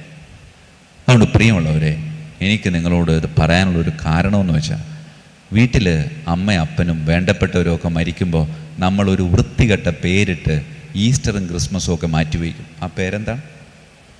വാലായ്മ. എന്ത് വാലായ്മ? ഈസ്റ്ററിനും ക്രിസ്മസിനും മാത്രം ഉള്ളട്ടെ വാലായ്മ, അല്ലാതെ എന്തും വലിച്ചു വാരി തിന്നും, ഒരു കുഴപ്പമില്ല. സിനിമക്ക് പോണതിൻ്റെ കുഴപ്പമില്ല, ഇറച്ചിയും പോത്ത് മീൻ ഒക്കെ വാരി വലിച്ചു തിന്നും. ഈസ്റ്റർ ആകുമ്പോഴേക്കും വാലായ്മ. വാലായ്മയിൽ അത് വല്ലായ്മയാണ്. കാരണം എന്താണ്? വെറുതെ ഇരുന്ന് തിന്നാൻ പറ്റിയ അവസരമാണ് അത്, അല്ലേ? ഈസ്റ്ററിന് വെറുതെ ഇരിക്കുക. വാലായ്മ എന്ന് പറഞ്ഞാൽ അപ്പുറത്ത് വീട്ടിൽ നിന്ന് മീൻ, ഇപ്പുറത്ത് വീട്ടിൽ നിന്ന് ചിക്കൻ, അപ്പുറത്ത് വീട്ടിൽ നിന്ന് ഇറച്ചി, അതൊക്കെ വാരി വലിച്ചു ഒരു നാണമില്ലാതെ തിന്നാൻ. നാണാവില്ലേ നിങ്ങൾക്ക്? അതുകൊണ്ട് പ്രിയമുള്ളവരെ, വീട്ടിൽ അപ്പം മരിക്കും, അമ്മ മരിക്കും. മരിച്ചവൻ എഴുന്നേറ്റ് അവൻ ഈ ലോകത്ത് എന്നും ജീവിക്കുന്നു എന്ന് വിശ്വസിക്കുന്ന കത്തോലിക്കരായ നമുക്ക് ഏറെ അഭിമാനത്തോടുകൂടെ പറയാൻ പറ്റണം, അമ്മ എൻ്റെ മരിച്ചിട്ടുണ്ടാവാം, പക്ഷേ എന്ന് പറഞ്ഞുകൊണ്ട് എൻ്റെ കർത്താവിൻ്റെ ജനന തിരുനാൾ അല്ലെങ്കിൽ ഈസ്റ്റർ അത് മാറ്റിവെക്കാനായിട്ട് എനിക്ക് അർഹതയില്ല എന്നുള്ളത്. പ്രിയമുള്ളവർ, എല്ലാ വർഷവും ഞാനിത് പറയാറുണ്ട്. പക്ഷെ കഴിഞ്ഞ ഈസ്റ്ററിന് ഞാനിത് പറയുമ്പോൾ എനിക്കൊത്തിരി ആധികാരികതയുണ്ടായിരുന്നു. കാരണം എൻ്റെ അമ്മ മരിച്ച് മോർച്ചറി കിടക്കുക, എനിക്ക് വേണമെങ്കിൽ അതിൻ്റെ കൂടെ പോയിരുന്ന് കരയാമായിരുന്നു. പക്ഷേ അത് കരയാതെ ഞാൻ ഈ അൾത്താരയുടെ മുമ്പിൽ നിൽക്കുന്നത് വിശ്വാസത്തെ പ്രതിയാണ്. വിശ്വാസം എന്ന് പറയുന്നത് മരിച്ചവരിൽ നിന്ന് ഉയർത്തെഴുന്നവരാണ്. കാരണം കർത്താവിൻ്റെ മക്കളാണ് നമ്മൾ ഓരോരുത്തരും. അതുകൊണ്ട് പ്രിയമുള്ളവരെ, വളർന്നു വരുന്ന കുഞ്ഞുമക്കളോട് പറഞ്ഞ് മനസ്സിലാക്കണം, ഞാൻ മരിക്കുമ്പോൾ നീ കരഞ്ഞോ, അത് കുഴപ്പമില്ല, പക്ഷേ ഈസ്റ്റർ ക്രിസ്മസ് ആഘോഷിക്കാതിരിക്കുക. പ്രിയമുള്ളവരെ, നേരത്തെ തന്നെ പറഞ്ഞോട്ടെ, കാരണം എപ്പോഴാണ് മരിക്കാൻ പോണെന്ന് ഒരു പിടിയില്ല. ഇന്ന് മരിച്ചാൽ സ്വർഗത്തിൽ പോകും. എന്നോട് ചോദിക്കാല്ലേ പ്രിയമുള്ളവർ, ഞാൻ ഇന്ന് മരിക്കുകയാണ്, സ്വർഗത്തിൽ പോകുന്ന ഉറപ്പുള്ളവരൊന്ന് കൈവക്കിയ ഒരാളുള്ളൂ. ഞാൻ വെറുതെ കൈവക്കിയാട്ടെ, ഒരു ഭംഗിക്കാണ്, ഞാൻ പോവില്ല. പ്രിയമുള്ളവരെ, മരിച്ച ഉടനെ തന്നെ സ്വർഗത്തിൽ പോയ ഒരൊറ്റ ആളുള്ളൂ ഈ ചരിത്രത്തിൽ, ഒരേ ഒരാൾ. ആരായിരിക്കും? പറഞ്ഞോ? ഈശോവിനെ ആളെന്നൊക്കെ പറഞ്ഞ് മുമ്പ് പുള്ളിനെ താഴ്ത്തണ്ട. മാതാവ്. കാരണം എന്താ? മാതാവിൽ പാപം ഉണ്ടായില്ല, ഉത്ഭവ പാപം പോലും ഉണ്ടായിരുന്നു. പ്രിയമുള്ളവർ, അതുകൊണ്ട് ഞാൻ പ്രാർത്ഥിക്കുന്നത് ഇങ്ങനെയാണ്, നരകത്തിൽ വിട്ടേക്കല്ലേ കർത്താവേ. ശുദ്ധീകരണ സ്ഥലത്ത് കുഴപ്പമില്ല, ഏറ്റവും അടിത്തട്ടിലാണെങ്കിൽ ഞാൻ എങ്ങനെയെങ്കിലുമൊക്കെ വലിഞ്ഞേറി മുകളിൽ വന്ന് സ്വർഗത്തിൽ പൊക്കോളാം. നരകത്തിൽ, പ്രിയമുള്ളവർ, നരകത്തിൻ്റെ പ്രത്യേകത എന്താണ്? നരകത്തിൻ്റെ പ്രത്യേകത അറിയാം? അല്ലാതെ അവിടെ തീ ഉണ്ടാവും, പാമ്പുണ്ടാവും, പുഴു ഉണ്ടാവും എന്നല്ല. അവിടെ ഇതൊക്കെ ഉണ്ടാവും, എല്ലാ ദിവസവും ബിരിയാണിയും ചിക്കനൊക്കെ ഉണ്ടാവും എന്നാണ് എൻ്റെ വിശ്വാസം. പക്ഷെ ഒരു പ്രശ്നമെന്ന് വെച്ചാൽ അത് തന്നെ ഉണ്ടാവുള്ളൂ, വേറെ വെറൈറ്റി ഇല്ല. എല്ലാ ദിവസവും ബിരിയാണി അല്ലേ, എന്ത് കാര്യത്തിന് പിന്നെ ചമ്മന്തി കിട്ടോ? ഇല്ല, നീ ഇത് തന്നെ കഴിച്ചാൽ മതി എന്ന് പറയും. അവസാനം ബിരിയാണി കഴിച്ച് മരിക്കേമില്ലേ, അതാണ് പ്രത്യേകത. മരണമില്ല, വെറുതെ നടക്കാന്നുള്ള. പ്രിയമുള്ളവരെ, നരകത്തിൻ്റെ പ്രത്യേകത അതാണ്. അവിടെ തീ ഉണ്ടാവും, അഗ്നി ഉണ്ടാവും എന്നല്ല, പ്രതീക്ഷയില്ലാത്തൊരു സ്ഥലം. പ്രതീക്ഷയില്ലാത്തൊരു സ്ഥലം. എല്ലാ ദിവസവും ഒരേപോലെ ഇരിക്കുള്ളൂ. മടുക്കൂല, നമുക്ക് മടുത്തു. അതാണ് പ്രതീക്ഷയില്ലാത്ത സ്ഥലം. അതുകൊണ്ട് നമ്മൾ പ്രാർത്ഥിക്കേണ്ടത് ശുദ്ധീകരണ സ്ഥലത്ത് നമ്മുടെ പ്രിയപ്പെട്ടവർ കിടക്കുന്നത്, അവർക്ക് വേണ്ടിയിട്ട് പ്രാർത്ഥിക്കണം. ശുദ്ധീകരണ സ്ഥലത്ത് വേണ്ടി പ്രാർത്ഥിക്കാറുണ്ടോ നിങ്ങൾ? പ്രാർത്ഥിക്കണം, നിരന്തരമായിട്ട് പ്രാർത്ഥിക്കണം. ജർത്രൂദിൻ്റെ പ്രാർത്ഥന അറിയാം? ജർത്രൂദ് എന്ന് പറയുന്ന ഒരു വിശുദ്ധയുണ്ട്. വിശുദ്ധ ഒരു പ്രാർത്ഥന പ്രാർത്ഥിച്ചിട്ടുണ്ട്. ഒരു പ്രാർത്ഥന അതൊരു പ്രാവശ്യം ചെല്ലുമ്പോൾ 1000 പേര് സ്വർഗത്തിൽ പോകുന്നതാണ്. പ്രിയമുള്ളവർ, ഇന്നും ഇറങ്ങി ചെല്ലിക്കോ. അപ്പോൾ നമ്മൾ മരിച്ച് ശുദ്ധീകരണ സ്ഥലത്ത് നിൽക്കുമ്പോൾ ഒരു 2 ലക്ഷം പേര് അവിടെ നിന്ന് ഹേയ് അറിയോ നീ പ്രാർത്ഥിച്ചുകൊണ്ടാണ് ഞാൻ സ്വർഗത്തിൽ കയറിയേക്കണം, അതുകൊണ്ട് ഞാനൊന്ന് റെക്കമെൻഡ് ചെയ്യാം. പ്രിയമുള്ളൊരു തമാശ പറഞ്ഞാൽ റെക്കമെൻഡേഷൻ നടക്കണം. സ്വർഗത്തിൽ ഞാൻ കാരണം ലക്ഷോപലക്ഷം ആളുകൾ സ്വർഗത്തിലെത്തണം. അപ്പോൾ നമ്മൾ ശുദ്ധീകരണ സ്ഥലത്ത് ചെല്ലുമ്പോൾ നമുക്കൊരു സ്വീകരണം ഒരിക്കലും അവിടെ എന്നാലോചിച്ച് നോക്കി. എന്തോരം നടക്കാത്ത കാര്യങ്ങൾ സ്വപ്നം കാണുന്നുണ്ടല്ലേ? അപ്പോൾ ഇതേപോലെയൊക്കെ കാണുന്നേ. ഇന്ന് നിങ്ങൾ രാത്രി കിടക്കാൻ നേരത്ത് നിങ്ങൾക്ക് ഒരു ദിവാസ്വപ്നത്തിൻ്റെ ഒരു ആശയം പറഞ്ഞുതരാം. പ്രിയമുള്ളവരെ, ഇന്ന് പ്രാർത്ഥിച്ചാണ് കിടക്കണം. ആര്? നിങ്ങൾ തന്നെ പ്രാർത്ഥിച്ചിട്ടല്ലേ? വേറെ ആരെങ്കിലും അല്ല ഉത്തരം പറയണ്ടേ? ഞാൻ പ്രിയമുള്ളവരെ പ്രാർത്ഥിച്ച് കിടക്കാൻ ശീലിക്കണം. പ്രാർത്ഥിച്ച് കിടന്നിട്ട് ഇന്ന് ശരിക്കും പറഞ്ഞാൽ വിശ്വാസ പ്രമാണമൊക്കെ ചൊല്ലി പ്രാർത്ഥിച്ച് ഉറങ്ങണമെന്നാണ്. പക്ഷെ ഇന്ന് ഒരു ചെറുതായിട്ടൊരു ചിന്ത, വേറെ ഒന്നുമില്ല. എന്നെ വിശുദ്ധയായിട്ട് പ്രഖ്യാപിക്കാൻ പോണേ. എവിടെ? വത്തിക്കാനിൽ സെൻറ്റ് പീറ്റേഴ്സ് സ്ക്വയറിൻ്റെ ഫ്രണ്ടിൽ മറ്റേ 24 അടി വലിപ്പത്തിൽ പടം ഇങ്ങനെ നല്ല പടം എടുത്ത് വെച്ചേക്കട്ടെ. വേണം, കാരണം മോശം അവർ നല്ല അത് തിരിച്ച് കാശ് ചിലവാക്കിക്കോ. അങ്ങനെ സ്വപ്നം കാണുക. അതുമല്ല ഇത് കാരണം നമ്മുടെ ഈ നാട്ടിൽ നിന്ന് ഒരു വിശുദ്ധിയാകുമ്പോൾ സ്വാഭാവികമായിട്ടും സെബസ്ത്യാനോസ് പുണ്യാളൻ മാറിക്കും. എന്നിട്ട് നമ്മുടെ ഒരു 6 അടി പൊക്കമുള്ളൊരു പ്രതിമ, അതിൻ്റെ മുമ്പിൽ തിരിസ്റ്റാൻഡ്. നമ്മളോട് ദേഷ്യമുള്ള ചേച്ചിയൊക്കെ വന്ന് പ്രാർത്ഥിക്കണം, ഇപ്പം തരും അല്ലേ, നീ ചോദിക്കടി, നീ ചോദിക്കും, ഞാൻ നിനക്ക് തരും, അങ്ങനെയൊക്കെ പറഞ്ഞോ ഒരു സന്തോഷത്തിന്. ഇന്ന് നിങ്ങളെ ഓരോരുത്തരെയും വിശുദ്ധയായിട്ട് പ്രഖ്യാപിച്ചുകൊണ്ടുള്ള ഒരു വത്തിക്കാൻ്റെ കുർബാന നിങ്ങൾ മനസ്സിൽ കാണാം. ഇത് കിടന്നുറങ്ങാം. എന്നാലോചിച്ച് നോക്കേ അല്ലേ? സംഭവിക്കുമോ? താല്പര്യമില്ല, സംഭവിക്കില്ല എന്നാ പറഞ്ഞു. പ്രിയമുള്ളവരെ, വിശുദ്ധ ആകുക എന്ന് പറഞ്ഞത് ബേസിക് നീഡാണ്, അടിസ്ഥാനപരമായ ഒരു ആവശ്യമാണ് വിശുദ്ധ. നമ്മൾ സ്വർഗത്തിൽ പോകാന്നുള്ള നമ്മുടെ ആഗ്രഹമല്ല അല്ലേ? സ്വർഗത്തിൽ പോകണം താല്പര്യമില്ലേ? വിശുദ്ധന്മാർക്ക് മാത്രമേ സ്വർഗത്തിൽ പോകാൻ പറ്റുള്ളൂ. ശുദ്ധീകരണ സ്ഥലത്തിൽ അവിടെ വെറുതെ അവിടെ നിന്ന് പതുക്കെ കയറി വരും. പ്രിയമുള്ളവരെ, ശുദ്ധീകരണ സ്ഥലത്തിൽ കിടക്കണവരുടെ ഒരു അവസ്ഥ ഒന്നും ആലോചിക്കണം കേട്ടോ. ശുദ്ധീകരണ സ്ഥലത്തിലുള്ളവർക്ക് വേണ്ടിയിട്ട് നിങ്ങൾ പ്രാർത്ഥിക്കുന്നുണ്ടോ ഇല്ലയോ എന്നുള്ളത്. ശുദ്ധീകരണ സ്ഥലത്തിൽ കിടക്കുന്ന നമ്മുടെ പ്രിയപ്പെട്ടവർ ചിലപ്പോൾ നമ്മളെ നോക്കി കരയുന്ന ചില അവസരങ്ങളുണ്ടെന്ന് അവർ. വേറെ ഒന്നുമല്ല, നമ്മളിങ്ങനെ ഞായറാഴ്ച പള്ളിയിൽ പോയേക്കാണ്. ഞായറാഴ്ചയാണല്ലോ ഏറ്റവും കർത്താവിൻ്റെ ദിവസം. അതൊന്ന് ആഘോഷമായിട്ട് കുർബാനയൊക്കെ ചൊല്ലി. പക്ഷേ നമ്മുടെ മരിച്ച പ്രിയപ്പെട്ടവർക്ക് വേണ്ടി നമ്മൾ ഓർത്തില്ല എന്നായിരിക്കും അല്ലേ? ഓർക്കാത്ത ദിവസങ്ങളൊക്കെ ഇല്ലേ? ചില ദിവസങ്ങൾ മറന്നു പോകും. അപ്പോൾ ഭയങ്കര സങ്കടം ഒരുക്കുള്ളൂ. അതുകൊണ്ട് അങ്ങനെ ഒരു സങ്കടം കൊടുക്കില്ല എന്ന് തീരുമാനിക്കണം. ഏതൊക്കെ പള്ളിയിൽ എപ്പോഴൊക്കെ പ്രാർത്ഥിക്കാൻ പോകുന്നുവോ അപ്പോഴൊക്കെ എൻ്റെ പ്രിയപ്പെട്ടവർക്ക് വേണ്ടി ഞാൻ പ്രാർത്ഥിക്കുമെന്ന് തീരുമാനം എടുത്തിട്ട് മുന്നോട്ട് പോകും. അവിടെയാണ് നമ്മുടെയൊക്കെ ജീവിതത്തിൽ വല്ലാത്തൊരു വിജയം ഉണ്ടാവുക എന്ന് പറയും. പ്രിയമുള്ളവരെ, നമ്മൾ 1-2 കാര്യങ്ങൾ ഞാൻ നിങ്ങളെ പറയാനായിട്ട് ആഗ്രഹിക്കാം. ഒരു 10 കൽപ്പന അറിയാമോ? 10 കൽപ്പനകൾ അറിയാമോ? അല്ലേ? ദൈവപ്രമാണങ്ങൾ 10 അറിയാമോ? ചോദിച്ചാൽ മറ്റേ തന്നെ സംഭവം പ്രശ്നമാണ്, എനിക്കറിയാം. അതുകൊണ്ട് ചോദിക്കൂല നമ്മൾ. അതൊരു ഈണത്തിൽ ഒരു താളത്തിൽ പോയിക്കൊണ്ടിരിക്കുക അല്ലേ? പിന്നെ സ്ത്രീകളാവുമ്പോൾ നിങ്ങൾ എളുപ്പത്തിൽ ജയിക്കുക. എന്താണെന്നാവോ, എല്ലാ പ്രാവശ്യവും ഈ ആണുങ്ങൾക്കാണ് ഗതികേട്. അവർ അങ്ങോട്ടും ഇങ്ങോട്ടും ഒക്കെ 2-3 പ്രാവശ്യമൊക്കെ നമസ്കാരം കേൾക്കാൻ വരും.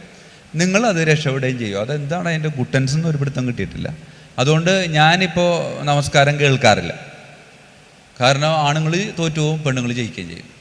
അവിടെ തുടങ്ങിയ ഒരു അപകർഷതാബോധം ഉണ്ടാവണ്ടല്ല എന്ന് വിചാരിച്ച് ഞാൻ ആണുങ്ങളോടും പെണ്ണുങ്ങളോടും പറയും, 1 മാസം ഞാൻ ഇപ്പോഴത്തെ നമസ്കാരം കേൾക്കണം. എൻ്റെ ഒരു ശൈലി എന്ന് വെച്ചാൽ വേറെ. വേദപാഠ പുസ്തകമില്ലേ ചെറുത്, അതിനകത്താണല്ലോ ചോദ്യങ്ങളുള്ളത്. അതെടുത്ത് അങ്ങോട്ട് കൊടുത്തിട്ട് പറയും, മോനെ ഒന്നുകിൽ ഇതിലുള്ള ചോദ്യങ്ങൾ മുഴുവനും ഞാൻ ചോദിക്കും, അതിനുത്തരം പറയണം, അല്ലെങ്കിൽ 1 മാസം പള്ളിയിൽ വരണം. ഏതാണ്? പള്ളിയിൽ ഒന്നുള്ള അച്ഛൻ. പ്രിയമുള്ളവർ, എനിക്ക് ഭയങ്കര സന്തോഷമാണ് അത് കേൾക്കാൻ. കാരണം അത് മുഴുവൻ അരിച്ചു പെറുക്കിയാൽ കിട്ടുന്നതിനേക്കാളും 1,00,000 ഇരട്ടി കൃപ ഒറ്റ മാസം വിശുദ്ധ ബലിയിൽ ഒരുമിച്ച് കണ്ടിന്യൂസ് ആയിട്ട് പങ്കെടുത്താൽ കിട്ടുമെന്ന്. അതുകൊണ്ട് ഞാൻ മറ്റതിനാണ് പ്രാധാന്യം കൊടുക്കുന്നത്. പ്രിയമുള്ളവരെ, അതിന് നിങ്ങളും പ്രാധാന്യം കൊടുക്കണം. അപ്പോൾ ഞാനൊരു കുറച്ച് നല്ല അമ്മമാരാ അല്ലെങ്കിൽ നല്ല മാതാപിതാക്കളാവാൻ വേണ്ടിയിട്ടുള്ള കുറച്ച് കാര്യങ്ങൾ ഞാൻ നിങ്ങളോട് പറയാൻ ആഗ്രഹിക്കാം. പ്രിയമുള്ളവരെ, ഞാൻ അല്ലേ വീട്ടിലെ ഏറ്റവും പ്രധാനപ്പെട്ട ആളാരാണ്? അപ്പച്ചൻ തോണയുണ്ടോ? വീട്ടിലെ ഏറ്റവും പ്രധാനപ്പെട്ട ആളാരാണ്? അമ്മച്ചിയാണ്. അപ്പച്ചനാണ്. ഓക്കെ. പ്രിയമുള്ളവർ ആലോചിച്ച് നോക്കാം. ഓക്കെ, അങ്ങനെ അപ്പച്ചനാണ് പ്രധാനപ്പെട്ട എന്നാണ് പറഞ്ഞത്. കൂട്ടുകാരത്തിലൂടെ നടന്നു പോയാണ് വീടിൻ്റെ സൈഡിൽ കൂടി.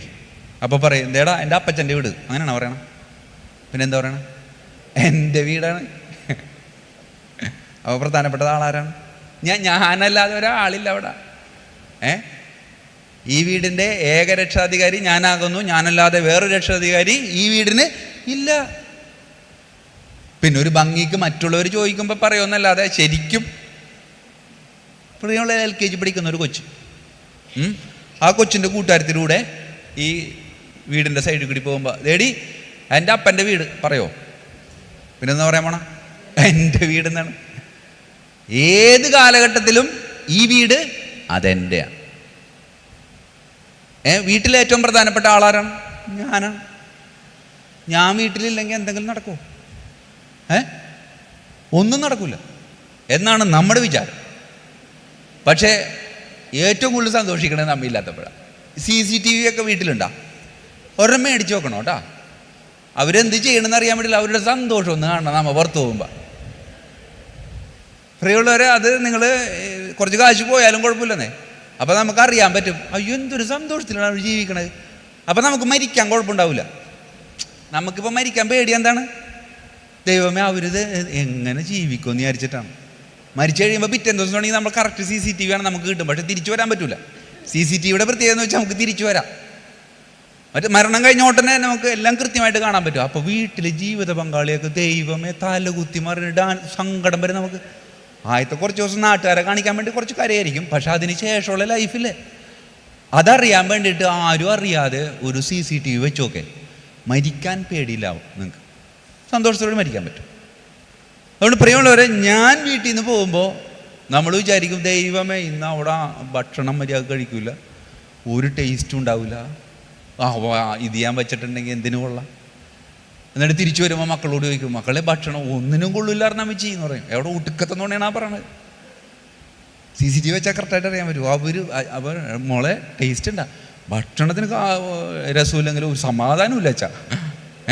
അതുകൊണ്ട് അത് നമുക്കൊരു വിഷയമല്ല എന്ന് പറയും. അപ്പം നമുക്ക് നമ്മുടെ ജീവിതത്തെ കൃത്യമായിട്ട് അറിയാവുന്ന ഒരു മേഖലയാണ് എന്ത് ഈ ഞാൻ പറഞ്ഞ കാര്യമായിട്ട് പറഞ്ഞു. ഒരു CCTV മേടിച്ച് വെച്ചേക്കട്ടെ വീട്ടുകാർ അറിയണ്ട എളുപ്പത്തിൽ. അപ്പോൾ വീട്ടിൻ്റെ അവസ്ഥ നമുക്ക് അറിയാൻ പറ്റും. നമുക്ക് ബുദ്ധിമുട്ടില്ലാണ്ടാവും. എന്നാൽ മരണത്തെ പേടിയെന്ന് വെച്ചാൽ അയ്യോ അയാൾ എന്ത് ചെയ്യും, മക്കളാര് നോക്കുന്നൊക്കെ നമുക്ക് പേടി മരണത്തെ. പക്ഷെ അതൊക്കെ ഇത് പെട്ടെന്ന് മനസ്സിലാക്കാൻ പറ്റും. അപ്പോൾ ഒരു കുഴപ്പമുണ്ടാവില്ല, വളരെ ഹാപ്പിയായിട്ട് മരിക്കാൻ പറ്റും. വളരെ ഹാപ്പിയായിട്ട് മരിച്ചിട്ടുണ്ടെങ്കിൽ എവിടെ എത്തും? സ്വർഗത്തിലെത്താനുള്ള സാധ്യതയുണ്ട്. ശുദ്ധീകരണ സ്ഥലത്ത് നിന്ന് പെട്ടെന്ന് മുകളിലേക്ക് പോകാനുള്ള സാധ്യത. അതുകൊണ്ട് വീട്ടിലെ ഏറ്റവും പ്രധാനപ്പെട്ട ഒരു വ്യക്തി അത് ഞാനാണെന്നാണ് പറയുന്നത്. പ്രിയമുള്ളവരെ, ഇവിടെ 1-2 കാര്യങ്ങൾ ഞാൻ നിങ്ങളെ പറയാൻ മനസ്സിലായി. ഞാൻ, എൻ്റെ പങ്കാളി. പ്രിയമുള്ളവരെ, നമ്മൾ ചില സമയത്ത്, എൻ്റെ അമ്മ 84-ാമത്തെ വയസ്സിലാണ് മരിച്ചത്. ഒരു 80 വയസ്സ് വരെ അമ്മ ഉഷാറായിട്ട് നടന്നിരുന്ന വെച്ചാണ്. പിന്നെ ഈ കൊറോണ വന്നപ്പോൾ ആകെ കുഴപ്പമായി, പള്ളിയിൽ പോകാൻ പറ്റിയില്ല. പിന്നെ അങ്ങോട്ട് ചുരുണ്ടുകൂടി അവസാനം ഇല്ലാണ്ടായി എന്നുള്ളതാണ്. പക്ഷെ അമ്മ ആരോഗ്യത്തോടെ ഉള്ളപ്പോൾ അമ്മ ഇടക്ക് അമ്മയുടെ വീട് പള്ളിപ്പുറത്താണ്. പള്ളിപ്പുറത്തു അപ്പം അപ്പുറത്ത് റോസ്താത്തിയുണ്ട്. റോസ്താത്തി എൻ്റെ അമ്മയുടെ പേര് അമ്മണി എന്നാണ്. അമ്മണി താത്തി അങ്ങോട്ട് പോകണം, ഞാൻ എൻ്റെ സ്വന്തം വീട്ടിൽ പോകണമെന്ന് പറഞ്ഞു. പ്രിയമുള്ളവരെ, കല്യാണം കഴിഞ്ഞിട്ട് 10-60 വർഷമായി. എന്നിട്ടും ഇതെൻ്റെ സ്വന്തം വീടല്ല, എൻ്റെ സ്വന്തം വീട് അവിടെയാണ്. ആണോ? എന്നാണ് നമ്മുടെ ഭർത്താവിൻ്റെ വീട് നമ്മുടേതാവണ? അതെന്നാവുന്നുവോ അന്നേ നമ്മൾ ഗതി പിടിക്കുള്ളൂ.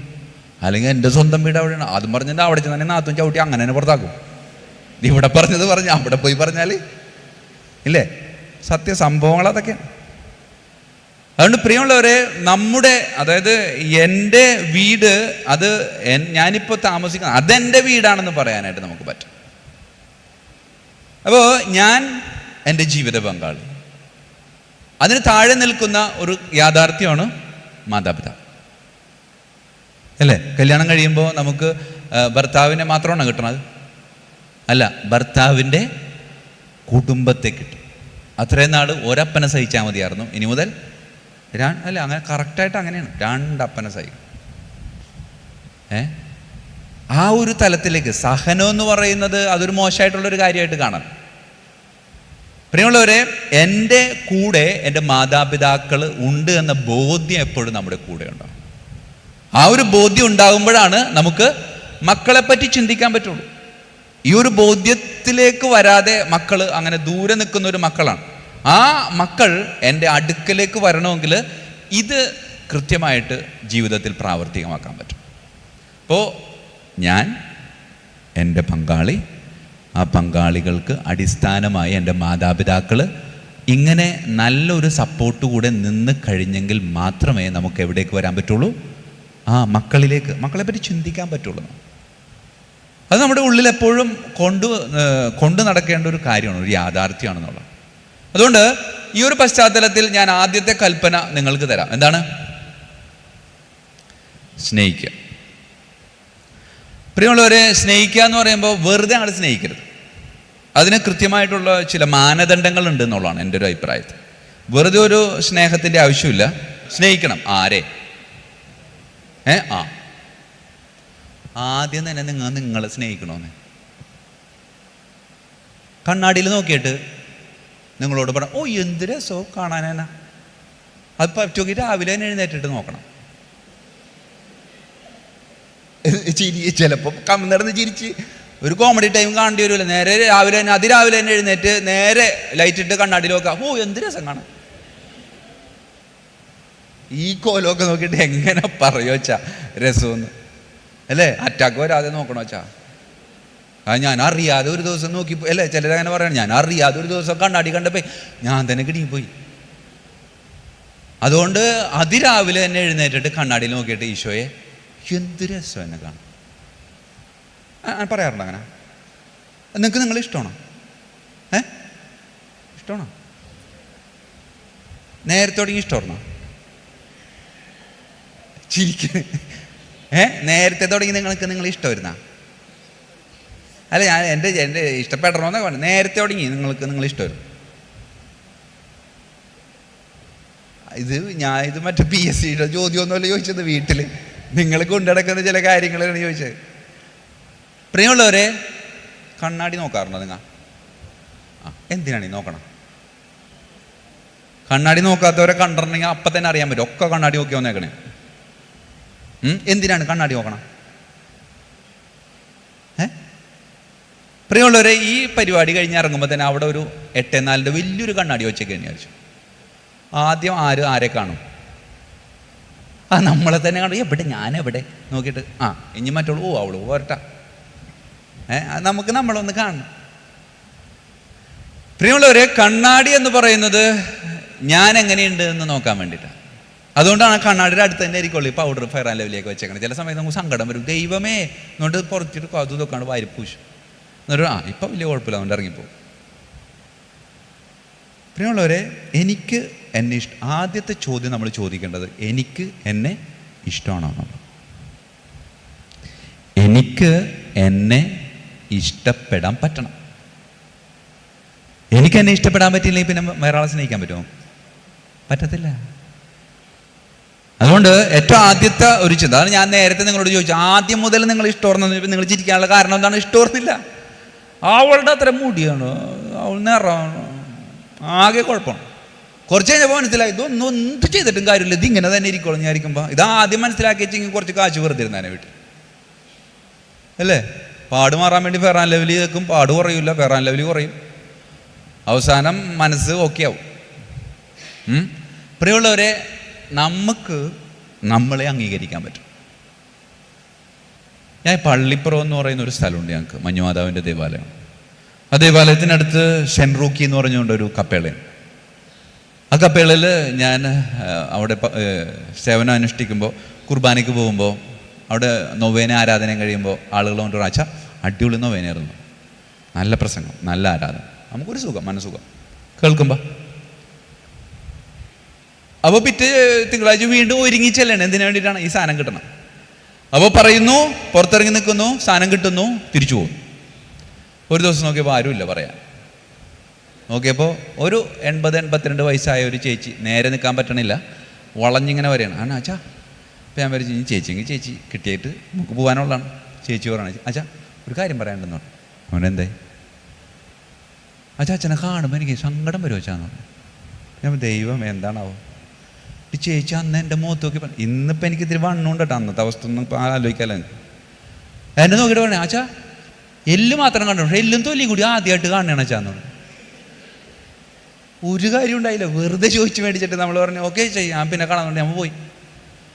ചേച്ചിനെ കുറ്റം പറഞ്ഞിട്ട് കാര്യമില്ല, കാരണം അത്രയ്ക്ക് പരിതാപകരമായിരുന്നു എൻ്റെ അവസ്ഥ. പ്രിയമുള്ളവരെ, എല്ലും തൊലിയും ഇതിനിടയിൽ ദശ വച്ചു പിടിപ്പിക്കാനായിട്ട് ഞാൻ പരിശ്രമിച്ചിട്ടില്ല. ഞാനായിരിക്കുന്ന അവസ്ഥയെ അങ്ങോട്ട് അംഗീകരിക്കുക എന്നുള്ള. ഞാനിത്തിരി കറുത്താണ്, എടുത്തേക്കുന്നേ പോയിക്കോട്ടെ. എനിക്കിത്തിരി തടിയില്ല, അതിനിപ്പോൾ എന്താണ്, ആ വഴിക്ക് വിട്ടേക്ക്. പ്രിയമുള്ളവരെ, ഞാൻ എന്തായിരിക്കുന്നുവോ അത് അംഗീകരിക്കാനായിട്ട് നമുക്ക് സാധിച്ചാൽ നമുക്ക് സന്തോഷം ഉണ്ടാവണം, അല്ലെങ്കിൽ സന്തോഷം ഉണ്ടാവില്ല. അതുകൊണ്ട് ഏറ്റവും ആദ്യത്തെ കൽപ്പനയുടെ ഏറ്റവും ആദ്യത്തെ പടി എന്ന് പറയുന്നത് എനിക്ക് എന്നെ ഇഷ്ടമാണ്. അതുകൊണ്ട് നാളെ മുതൽ അതിരാവിലെ എഴുന്നേൽക്കുക, കണ്ണാടി പോവുക, ഐ ലവ് യു എന്ന് പറയാം. ആദ്യം ഒരു ചെറിയൊരു നെഞ്ചുവേന ഉണ്ടാവും, കുറച്ച് മാറിക്കോളും. പിന്നെ വേറെ പ്രധാനപ്പെട്ട ഒരു കാര്യം എന്ന് വെച്ചാൽ ജീവിത പങ്കാളി വിദേശത്തായിട്ടുള്ളവരും അങ്ങനെ വേറെ എന്തെങ്കിലും സ്ഥലത്തായിട്ടുള്ളവരും വീട്ടിലുള്ള വേണ്ടപ്പെട്ടവരോട് പറയാം ഇങ്ങനെ ഒരു എക്സസൈസ് അച്ഛൻ തന്നിട്ടുണ്ട്. അല്ലെങ്കിൽ രാവിലെ എഴുന്നേൽക്കുമ്പോൾ ഐ ലവ് ദൈവമേ പോയ അച്ഛാ, അവൾ എഴുന്നേറ്റ് ഐ ലവ് യു എന്നൊക്കെയാണ് അച്ഛാ പറയണത്, ആരോടാണെന്ന് അറിഞ്ഞുകൂടാ അച്ഛാ.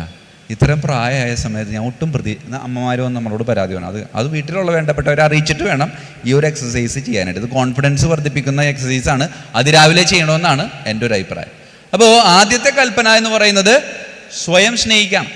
രണ്ടാമത്തെ കൽപ്പന അതെന്തായിരിക്കും അപ്പാ? സ്വയം സ്നേഹിച്ചു കഴിഞ്ഞു, എനിക്ക് എന്നെ ഇഷ്ടമാണ് അല്ലേ? എന്നാലോചിച്ച് നോക്കി, എന്തൊരു ഇഷ്ടം എന്നറിയാം എനിക്കെന്നാ. എനിക്കെന്നെ ഇഷ്ടപ്പെട്ടാൽ മാത്രമേ എനിക്കെൻ്റെ ജീവിത പങ്കാളി ഇഷ്ടപ്പെടാൻ പറ്റും.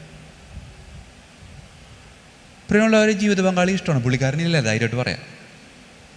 ജീവിത പങ്കാളി മരിച്ചു പോയിട്ടുള്ളവരുണ്ടെങ്കിൽ ഒന്ന് കൈപൊക്കിയേ കാണട്ടെ. ഓക്കെ, താഴ്ത്തി.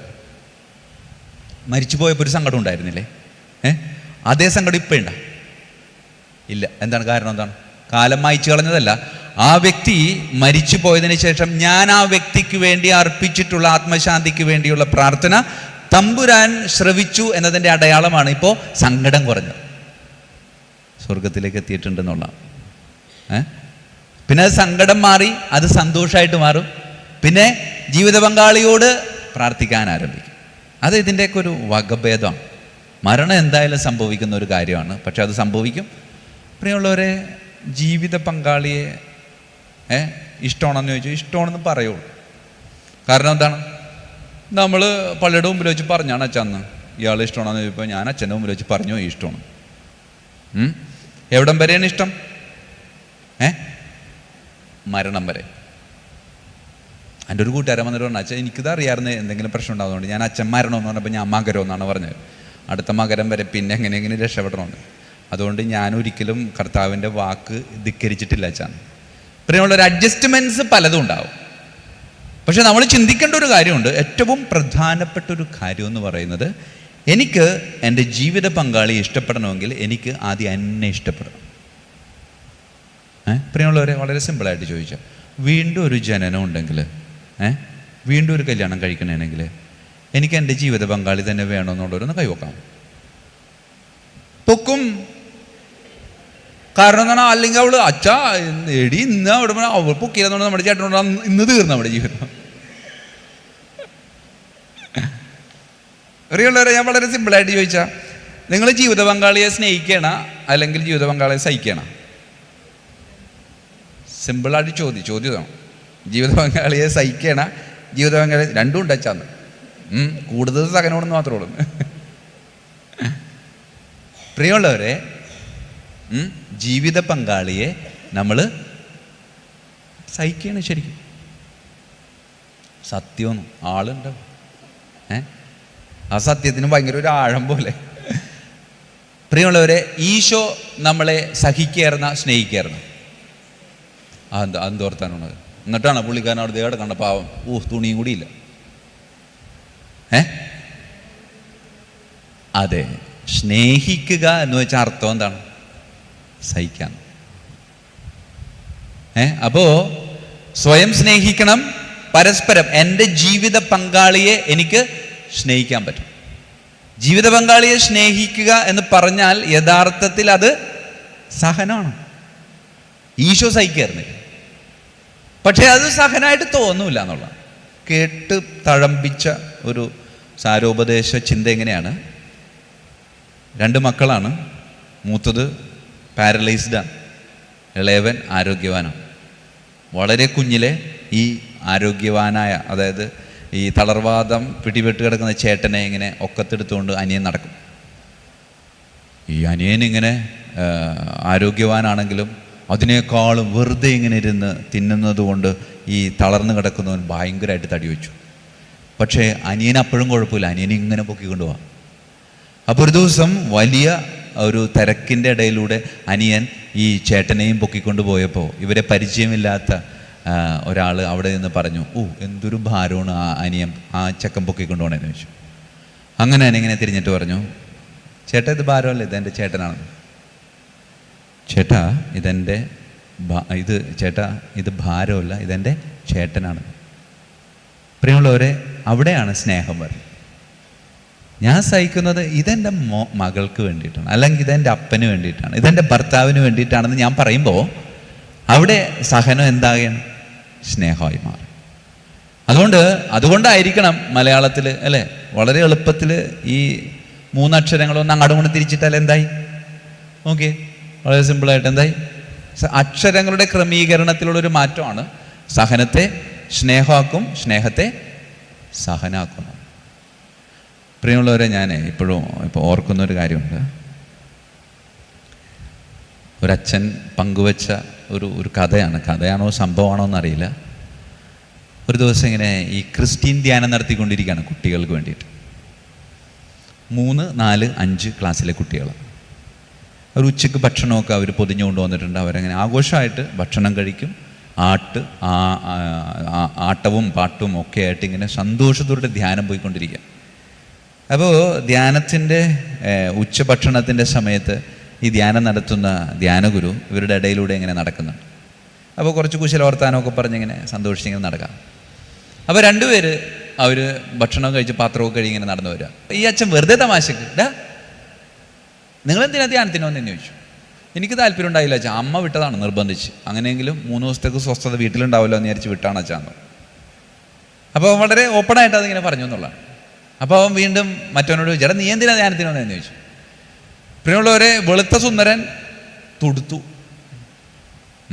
ആപ്പിളുമല്ലായി. അപ്പോൾ തന്നെ അച്ഛൻ വിചാരിച്ചേ എന്ത് കുഴപ്പമുണ്ടല്ലോ, നീ എന്തിനാ ധ്യാനത്തിന് വന്നു? അപ്പോൾ അവൻ്റെ കൂട്ടുകാരൻ നോക്കി. അപ്പോൾ കൂട്ടുകാരൻ പറഞ്ഞു, നീ പറഞ്ഞോണ്ട് നമ്മുടെ അച്ഛനല്ലേ. അപ്പോൾ അവൻ പറയുകയാണ്, അച്ഛൻ ഞാനേ ആരോടും പറയരുത് അച്ഛൻ. ഇല്ല ഞാൻ പറയില്ല, നീ ധൈര്യമായിട്ട് പറഞ്ഞു. അപ്പോൾ അവൻ പറഞ്ഞ മറുപടി ഇതാണ്, അച്ഛൻ ഞാൻ സ്നേഹിക്കുന്നു, കൊച്ചു ധ്യാനത്തിന് വന്നിട്ടുണ്ട്, അവളെ 3 ദിവസം കണ്ടിരിക്കാമെന്ന് വിചാരിച്ച് വന്നാണെന്ന്. 5ാം ക്ലാസ്സിൽ പഠിക്കുന്ന ചെക്കനാണ്. അപ്പോൾ 3 ദിവസം തൻ്റെ കാമുകിനെ കാണാൻ വേണ്ടിയിട്ട് ധ്യാനത്തിന് വന്നേക്കാണ്. അച്ഛൻ എന്ത് പറയണമെന്ന് അറിയാൻ പാടില്ലാണ്ടായി. അച്ഛൻ ചോദിച്ചാൽ ഇത് അവൾക്കറിയാമോ? അവൾക്കറിയാം അച്ഛൻ, പിന്നെ ഇവനും അറിയാം, വേറെ ആർക്കും അറിഞ്ഞൂടാ. അതുകൊണ്ടാണ് ഞാൻ ആദ്യം തന്നെ പറഞ്ഞത് ആരോടും പറയരുത്. അത് നീ പോയി അവളെ വിളിച്ചിട്ടുണ്ടോന്നേന്ന് പറഞ്ഞു. അച്ഛൻ്റെ അനുവാദത്തോടെ കുട്ടിയെ കാണാൻ കിട്ടിയ അവസരം അവൻ പാഴാക്കിയില്ല. അവൻ ചെന്നു. കൊച്ച് നമ്മുടെ കാമുകൻ 5ാം ക്ലാസ്സിലാണ്, അപ്പോൾ കാമുകി 3ാം ക്ലാസ്സിലാണ് പഠിക്കണം. രാവിലെ അമ്മ കെട്ടിക്കൊടുത്ത മുടി 2 സൈഡിൽ ഇങ്ങനെ ആട്ടി ചെക്കനിങ്ങനെ വരികയാണ്. അപ്പോൾ ചെക്കനും പെണ്ണും കൂടി മറ്റേ പാരിഷ് ഹോളിൽ ധ്യാനം പതുക്കെ ഇങ്ങനെ വരിക. 3ാം ക്ലാസ്സിൽ പഠിക്കുന്ന കൊച്ചിന് എന്ത് നാണം ഉണ്ടാവാനാണ്. എന്നാലും അവൾ കുറച്ച് നാണമൊക്കെ അവിടെ നിന്നൊക്കെ കാഴ്ച കൊടുത്ത് മേടിച്ച് തലയിൽ വെച്ചിട്ട് അങ്ങനെ തന്നെ ഇവൻ ഇങ്ങനെ നിൽക്കുക. 2 പേരും കൂടി മുമ്പിലേക്ക്. അച്ഛൻ ചോദിച്ചു, എടി ഇവന് ഇങ്ങനെയൊക്കെ പറയണ്ടല്ലോ, ഇതിനകത്ത് എന്തെങ്കിലും സത്യമുണ്ടോ? അപ്പോൾ അവളിങ്ങനെ കുറച്ച് നേരം കൂട്ടുകാരനെ നോക്കി, മറ്റേ നമ്മുടെ കൂട്ടുകാരനെ നോക്കി, അച്ഛനെ നോക്കി. അപ്പോൾ കാമുകൻ പറഞ്ഞു, നീ പറഞ്ഞു, ധൈര്യമായിട്ട് പറഞ്ഞു. അപ്പോൾ അവൻ പറഞ്ഞു, അച്ഛനോട് പറഞ്ഞു, ശരിയാണ് അച്ഛാ, എനിക്കവൻ ഭയങ്കര ഇഷ്ടമാണ്. അച്ഛന് പിന്നെ എന്ത് ചോദിക്കണമെന്ന് അറിഞ്ഞോളൂ. അച്ഛൻ അവസാനം വീണ്ടും ചോദിച്ചാൽ ഒരു ചോദ്യം കൂടി ചോദിക്കാം, എന്താണ് സ്നേഹിക്കാനുള്ള കാരണമെന്ന് ചോദിച്ചു. അപ്പോൾ അവൾ പറഞ്ഞ മറുപടിയാണ് വളരെ ശ്രദ്ധേയം. അച്ഛൻ എങ്ങനെ സ്നേഹിക്കാതിരിക്കുക വെച്ചാൽ, അവൻ കുടിക്കില്ല, വലിക്കില്ല, മറ്റ് ദുശീലങ്ങളൊന്നുമില്ല, പിന്നെ എങ്ങനെ സ്നേഹിക്കാതിരിക്കുക വെച്ചാൽ? പ്രിയമുള്ളവരെ, ഇത് ഞാൻ നിങ്ങളോട് പറഞ്ഞത് ആ കൊച്ചിൻ്റെ ഒരു കുഴപ്പം പറയാൻ വേണ്ടിയിട്ടല്ല. ഇന്നത്തെ ലോകത്തിൻ്റെ സ്നേഹത്തിൻ്റെ ഒരു ഭാഷയാണത്. എന്താണ്? വ്യവസ്ഥകൾ വെച്ചുകൊണ്ടാണ് സ്നേഹിക്കുന്നത്. അത് സ്നേഹമല്ല. അതെന്താണ്? അത് ഇഷ്ടമാണ്. ഇഷ്ടം എന്ന് പറയുന്നത് കഷ്ടപ്പാട് വരുമ്പോൾ നഷ്ടപ്പെട്ടു പോകണമെന്നാണ് ഇഷ്ടം. സ്നേഹം എന്ന് പറയുന്നത് ഒരിക്കലും നഷ്ടപ്പെടില്ല. എന്തൊക്കെ സംഭവിച്ചാലും അത് നമ്മുടെ കൂടെ ഉണ്ടാവും. അതുകൊണ്ട് എന്ത് സഹനം ഉണ്ടായാലും സ്നേഹം നിലനിൽക്കും. ഇപ്പം എൻ്റെ ജീവിത പങ്കാളിയോട്, എൻ്റെ കുടുംബത്തിലുള്ളവരോട് എനിക്ക് ഇഷ്ടമാണെങ്കിൽ അത് നഷ്ടപ്പെടും, ഉറപ്പാണ്. പക്ഷെ സ്നേഹമാണെങ്കിൽ അതെന്ത് സഹനം ഉണ്ടെങ്കിലും അതിങ്ങനെ മെച്ചപ്പെടുള്ളൂ എന്നാണ് പറയും. അതുകൊണ്ട് പ്രിയമുള്ളവരെ, നമ്മൾ ഈ ലോകത്ത് ജീവിക്കുമ്പോൾ ഏതൊരു മനോഭാവത്തിലൂടെയാണ് പോകുന്നത് എന്നൊന്ന് പരിശോധിക്കുന്നത് നല്ലതാണ്. നമ്മുടെയൊക്കെ വീടിന് ഇങ്ങനെ കൊടുക്കാനാണ് ആഗ്രഹിക്കുന്നത്. ഞാൻ ഈ വീടിൻ്റെ ഒരു മോഡൽ അല്ലേ, സഹനമാണ്. സഹനം ഇങ്ങനെ പൊതിഞ്ഞു വെച്ചേക്കുക. എൻ്റെ വീട്ടിലെ സഹനം അപ്പുറത്തെ വീട്ടിലെ ആളറിയരുത്. അത് അങ്ങനെ ആവണമെങ്കിൽ സ്നേഹം ഉണ്ടാവും. ആ സ്നേഹവും സഹനവും ഇങ്ങനെ ചേർന്ന് നിൽക്കുമ്പോൾ അതിൻ്റെ മുകളിൽ ത്രിത്വൈക ദൈവത്തിൻ്റെ ഒരു കവചം കൂടെ വെക്കണം. പിതാവും പുത്രനും പരിശുദ്ധാത്മാവും നമ്മളിങ്ങനെ സംരക്ഷിക്കുമ്പോൾ നമ്മുടെ വീട്ടിലെ സഹനം അത് പുറത്തേക്ക് പോകുന്നത് ത്രിത്വൈക ദൈവമായും സ്നേഹമായിട്ടാണ്. അങ്ങനെ കൊണ്ടുപോകാനായിട്ട് പറ്റണം. അതുകൊണ്ട് പ്രിയമുള്ളവരെ, ഞാൻ എൻ്റെ ജീവിത പങ്കാളിയെ സ്നേഹിക്കുകയാണ് എന്ന് പറയുമ്പോൾ അതിൻ്റെ അർത്ഥം എന്താണ്? ഞാൻ എൻ്റെ ജീവിത പങ്കാളിയെ സഹിക്കുകയാണ്. സഹിക്കാൻ പറ്റണം. എനിക്ക് എൻ്റെ ജീവിത പങ്കാളി ഞാൻ സഹിക്കാം. ശരിക്കും ഒന്ന് ആലോചിച്ച് നോക്കുക, എന്തോരം മേഖലകളിൽ ഞാൻ എൻ്റെ ജീവിത പങ്കാളിയെ സഹിക്കുന്നുണ്ട്. പക്ഷെ അതെനിക്കൊരു ബുദ്ധിമുട്ടായിട്ട് തോന്നുന്നില്ല. കാരണം എന്താണ്? അതെൻ്റെ ജീവിത പങ്കാളി എൻ്റെ ജീവിതത്തിൻ്റെ പങ്കിങ്ങനെ ആളിക്കുന്നവനാണ്, കത്തിക്കുന്നവനാണ്, ചൂട് നൽകുന്നവനാണ്. അതുകൊണ്ട് എനിക്ക് ആ വ്യക്തിയെ ഇഷ്ടമാണ്. അതുകൊണ്ട് പ്രിയമുള്ളവരെ, ആ ഒരു തലത്തിലേക്ക് നമ്മളുടെ ജീവിതത്തെ നമുക്ക് കാണാൻ പറ്റണമെന്നാണ്. ഈ ഒരു തലത്തിൽ നിന്നതിന് ശേഷം നമ്മൾ നമ്മളുടെ ജീവിതത്തിൽ മക്കളിലേക്ക് പ്രവേശിക്കാം. പ്രിയമുള്ളവരെ, ഈ 3 ചിത്രങ്ങൾ നിങ്ങൾ കാണുന്നുണ്ടോ? കണ്ണ് പ്രശ്നമുള്ളവർക്ക് കുഴപ്പമാണ്. ഇതറിയാം ആരാണ്? അതുപോലെ ഈ ചേട്ടനെ അറിയാമോ? ഈശോ ആണെന്നാണ് പറയുന്നത്. പ്രിയമുള്ളവരെ, ഞാനിത് പറഞ്ഞത് ഒരു ഡബിൾ വിഷൻ ചിത്രങ്ങളാണ്. കുറച്ചും കൂടി സൂക്ഷിച്ചു നോക്കിയാൽ അറിയാൻ പറ്റും. നേരത്തെ പറഞ്ഞ ഈശോ ആണ്, പക്ഷെ വേറെ എന്താണ് കൂടെയൊക്കെ ഇല്ല അതിനകത്ത്. പ്രിയമുള്ളവരെ, വേറൊന്നുമല്ല. എന്താണത്? ശമയോൻ ഈശോയെ സഹായിക്കുന്നതാണ്. ഇതിലൂടെ നമ്മൾ മനസ്സിലാക്കേണ്ട ഒരു കാര്യമുണ്ട്. നമ്മുടെ മക്കളെ ഇങ്ങനെ ദൂരത്തിൽ നോക്കുമ്പോൾ കുഴപ്പമില്ല എന്ന് വിചാരിക്കും. പക്ഷേ കോളറിന് കുത്തിപ്പിടിച്ച് അടുത്ത് കൊണ്ടുവന്ന് ഇങ്ങനെ നോക്കണം. ഒരെണ്ണത്തിനെ വിശ്വസിച്ചേക്കല്ലേ, പ്രത്യേകിച്ച് ഈ കാലഘട്ടത്തിൽ. അപ്പം നിങ്ങൾ വിചാരിക്കും, അച്ഛാ അങ്ങനെയൊക്കെ പറയില്ല. പറയാൻ നിർബന്ധിതനായതുകൊണ്ട് പറഞ്ഞതാണ്. പ്രിയമുള്ളവരെ, പറയാൻ നിർബന്ധിതനായത് കൊണ്ട് മാത്രം പറഞ്ഞ. എല്ലാ ദിവസവും പള്ളി പോകുന്ന കുടുംബം, ഇവളും പള്ളി പോകും, വലിയ കുഴപ്പങ്ങളൊന്നുമില്ല. പുറത്ത് നോക്കുമ്പോൾ ആൾ ഓക്കെയാണ്. ആൾ എൻ്റെ അടുത്ത് വന്നിട്ട് വളരെ സങ്കടത്തോടുകൂടെ പറഞ്ഞൊരു കാര്യം, അച്ഛാ എനിക്ക് മയക്കുമരുന്ന് ഒട്ടും മാറ്റാൻ പറ്റണില്ല, എനിക്ക് പിടിച്ചിക്കാൻ പറ്റണില്ല. പ്രിയമുള്ളവരെ, നമ്മളെയൊക്കെ പോലെ വീട്ടിൽ സാധാരണ കുടുംബജീവിതം നയിക്കുന്ന ഒരു വീട്ടിൽ സംഭവിക്കുന്ന ഒരു കാര്യമാണ്. ഇപ്പോഴും അറിയത്തില്ല. വളരെ കുമ്പസാര രഹസ്യം പോലെ നമ്മുടെ അടുത്ത് പറയുമ്പോൾ നമുക്കത് പറയാനും പറ്റുന്നില്ല. ഒക്കെ നമ്മുടെ. അതുകൊണ്ട് കൃത്യമായും ഈ അടുത്ത ദിവസങ്ങളിൽ ഞാൻ കേട്ട ഒരു വീഡിയോയുടെ പശ്ചാത്തലത്തിൽ ഇങ്ങനെ പറയുന്നതാണ്. അതാണ് MDMA എന്നൊക്കെ പറഞ്ഞുകൊണ്ട് കുറച്ച് ഇതൊക്കെ വന്നിട്ടുണ്ടല്ലോ. അപ്പോൾ അതിനെതിരെ ഞാൻ ഒരു പുതിയ ആഹ്വാനവുമായിട്ട് വരുന്നു. MDMA അല്ല, MAD. എന്നിട്ട് പുള്ളി അതിന് കൊടുത്ത എക്സ്പ്ലനേഷൻ ഇങ്ങനെയാണ്. MAD എന്ന് വെച്ചാൽ മദർ അഗെയിൻസ്റ്റ് ഡ്രഗ്സ്. അമ്മ വിചാരിച്ചിട്ടുണ്ടെങ്കിൽ ഒരു ഏരിയയിൽ നിന്ന് ഈ സാധനം എടുത്ത് വലിച്ചെറിഞ്ഞ് കളയാൻ പറ്റുമെന്ന് പറയും. അമ്മ വിചാരിക്കണം, എൻ്റെ മോനാണ്, അതുകൊണ്ട് പതുക്കെ ഒതുക്കും. നമ്മൾ ഒതുക്കലില്ല പ്രിയപ്പെട്ടവർ, ഇതിനകത്ത് ഒതുക്കലില്ല. നമുക്ക് രക്ഷപ്പെടുത്താൻ പറ്റത്തില്ല. അതുകൊണ്ട് അമ്മമാർ ഈ ഒരു കാര്യത്തിനെതിരെ നിൽക്കാനായിട്ട്, അടിയുറച്ച് നിൽക്കാനായിട്ട്, ചങ്കുറപ്പടെ നിൽക്കാൻ പറ്റിയ ഇത് അങ്ങനെ തന്നെ എടുത്ത് വലിച്ചെറിഞ്ഞ് കളയാൻ പറ്റും. ചിലപ്പോൾ നാണം കടേണ്ടി വരും. പക്ഷെ അതെന്തിനു വേണ്ടിയിട്ടാണ്? എൻ്റെ കുടുംബത്തിന് വേണ്ടിയിട്ടല്ല, എൻ്റെ സമൂഹത്തിന് വേണ്ടിയിട്ടായിരിക്കും. ആ ഒരു നിലപാട്, ആ ഒരു നിലനിൽപ്പ് നമ്മുടെയൊക്കെ ജീവിതത്തിൽ വളരെ അത്യാവശ്യമാണെന്നാണ് പറയാം. പ്രിയമുള്ളവരെ, ഞാൻ പറഞ്ഞല്ലോ, നമ്മൾ കുട്ടികളിലേക്ക് പ്രവേശിക്കുമല്ലേ. എനിക്ക് എന്നെ ഇഷ്ടമാണ്, എനിക്കെൻ്റെ ജീവിത പങ്കാളി ഇഷ്ടമാണ്. അങ്ങനെ വന്നാൽ മാത്രം മനസ്സിൽ കാണേണ്ട ഒരു യാഥാർത്ഥ്യമാണ് മകൻ, മകൾ എന്ന് പറയുന്നത്. പ്രിയമുള്ളവരെ, എല്ലാവരും മക്കളൊക്കെ ഉള്ളവരായിരിക്കാം. അപ്പോൾ ഇത് പറയുന്നത് കൊണ്ട് അർത്ഥമുണ്ടോ എന്നൊന്നും നിങ്ങൾ ചിന്തിക്കേണ്ടാവും. പക്ഷേ അർത്ഥമുണ്ട്. ഒറ്റ കാര്യം മാത്രമേ ഉള്ളൂ. നിങ്ങളുടെ മക്കളോട്, നിങ്ങളുടെ കൊച്ചുമക്കളോട് അവർ വിവാഹിതരാകാൻ പോകുമ്പോൾ അവരോട് പറയേണ്ടത്, നിങ്ങൾ ആഴമായ ബോധ്യത്തോടുകൂടെ തമ്പുരാൻ്റെ മുമ്പിലായിരുന്നു കൊണ്ട് ഒരു കുഞ്ഞിനെ വേണമെന്ന് ഹൃദയം കൊണ്ട് ആഗ്രഹിച്ചതിന് ശേഷം മാത്രമേ ഉദരത്തിലേക്ക് കുഞ്ഞിനെ സ്വീകരിക്കാവൂ. അത് വളരെ ഗൗരവം. നിങ്ങൾ വളരെ സ്നേഹത്തോടെ നിങ്ങളുടെ മക്കളോട്, കുഞ്ഞുമക്കളോടൊക്കെ പറഞ്ഞു കൊടുക്കേണ്ട ഒരു കാര്യം. വളരെ ആഴമായ ബോധ്യത്തിൽ, ഹൃദയത്തിൽ തീവ്രമായി ആഗ്രഹിച്ചതിന് ശേഷം മാത്രമേ ഉദരത്തിലേക്ക് ഒരു കുഞ്ഞിന് നമ്മൾ സ്വീകരിക്കാവൂ. ആ ഒരു താല്പര്യം, ആ ഒരു ഒരുക്കം നമ്മുടെ ജീവിതത്തിൽ വേണമെന്നാണ്. ആ ഒരു തലത്തിലേക്ക് നമ്മളുടെ മക്കളെ നമുക്ക് വളർത്തിക്കൊണ്ട് വരാൻ പറ്റണമെന്നാണ് പറയുന്നത്. പ്രിയമുള്ളവരെ, ഒരു കാര്യം, നമ്മുടെ മക്കളെപ്പറ്റി ചിന്തിക്കുമ്പോൾ, നമുക്ക് മക്കളുണ്ടാകുമ്പോൾ നമ്മൾ ആരായി? അമ്മയായി, അപ്പനായി. അതുകൊണ്ട് മക്കളെ വളർത്താൻ പറ്റാത്ത സിറ്റുവേഷൻ ഉണ്ടാവാറുണ്ട്. ആ ഒരു സിറ്റുവേഷൻ ഉണ്ടാകുമ്പോൾ ആ സിറ്റുവേഷനിൽ നിന്ന് രക്ഷപ്പെടാൻ വേണ്ടിയിട്ട് വളരെ സിമ്പിളായിട്ടുള്ളൊരു എക്സസൈസ് ഞാൻ പറഞ്ഞുതരാം. നേരെ ഇരുന്ന് എല്ലാവരും സ്ട്രെയിറ്റ് ആയിട്ടിരുന്നേ. അതെ, ഇവമെഴുന്നേറ്റ് പോവുകയാണ്, ഇരിക്കവിടെ. ഞാൻ എഴുന്നേക്കാനാണ് പറഞ്ഞ ചേച്ചി, വെറുതെ പറയണേന്ന് തോന്നുന്നു. ഇത്രയും നേരം 1 മണിക്കൂർ എൻ്റെ വെറുതെ പോയി. നേരെ ഇരിക്കാൻ പറഞ്ഞപ്പോൾ എഴുന്നേറ്റ്, കഴിഞ്ഞല്ലോ കർത്താവേ, പൊക്കോട്ടെ എന്ന് വിചാരിച്ചു പോയാണ്. എഴുന്നേക്കണ്ടാട്ടാ, ഒന്ന് നേരെ നടുവൊന്ന് നിർത്തിയിരുന്നേ. 2 കൈയും വളരെ സ്നേഹത്തോടു കൂടെ കാലിൻ്റെ തുടയിലിങ്ങനെ കമത്തി വയ്ക്കും. നിർത്തി വയ്ക്കുമ്പോൾ, അമ്മേ എന്തെങ്കിലും തായോ എന്ന് നിങ്ങളെന്നോട് ചോദിക്കണമല്ലോ എനിക്ക് തോന്നും.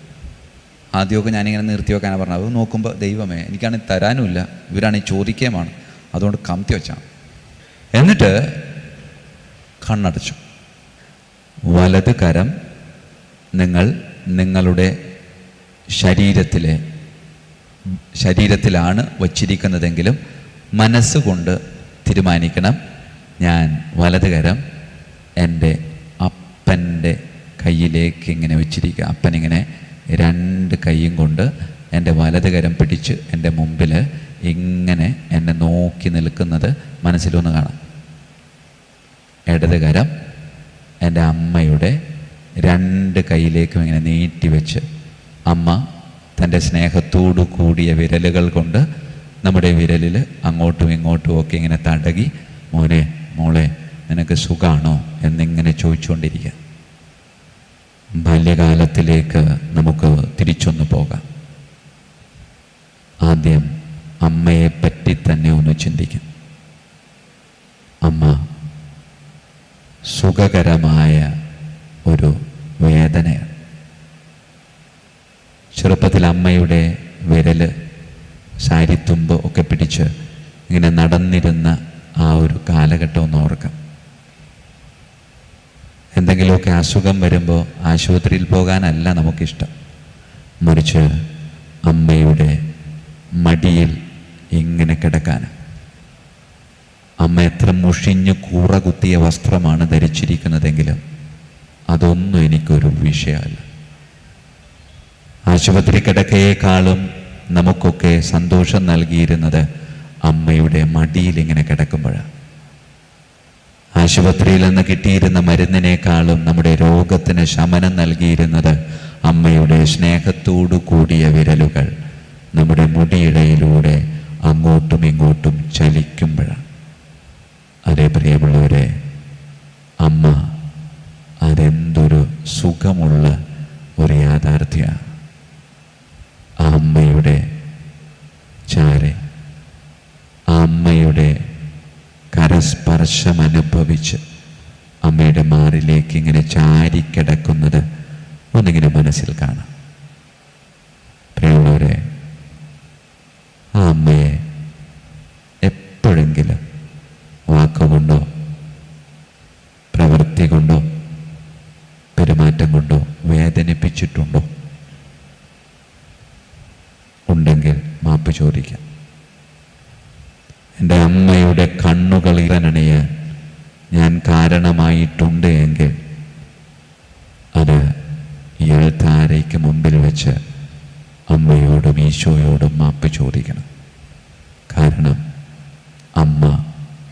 അമ്മയുടെ കണ്ണുനീർ അത് നിലത്ത് വീണാൽ അത് ഒരിക്കലും വറ്റാത്ത അഗ്നിജ്വാലയായി, ഒരിക്കലും കെടാത്ത അഗ്നികുണ്ഡമായി നമ്മുടെ കൂടെ ഉണ്ടാവുമെന്നാണ് പറയും. ഈശോയെ, ഞാനിതാ എൻ്റെ അമ്മയെ സ്നേഹത്തോടെ നിന്നിലേക്ക് ചേർത്ത് വയ്ക്കുന്നു. അപ്പനെ ഓർക്കാം. അപ്പൻ്റെ നെറ്റിയിലെ വിയർപ്പ്, അപ്പൻ്റെ കയ്യിലെ തഴമ്പ്, അപ്പൻ്റെ അധ്വാനം. അതില്ലെങ്കിൽ നമ്മളില്ല.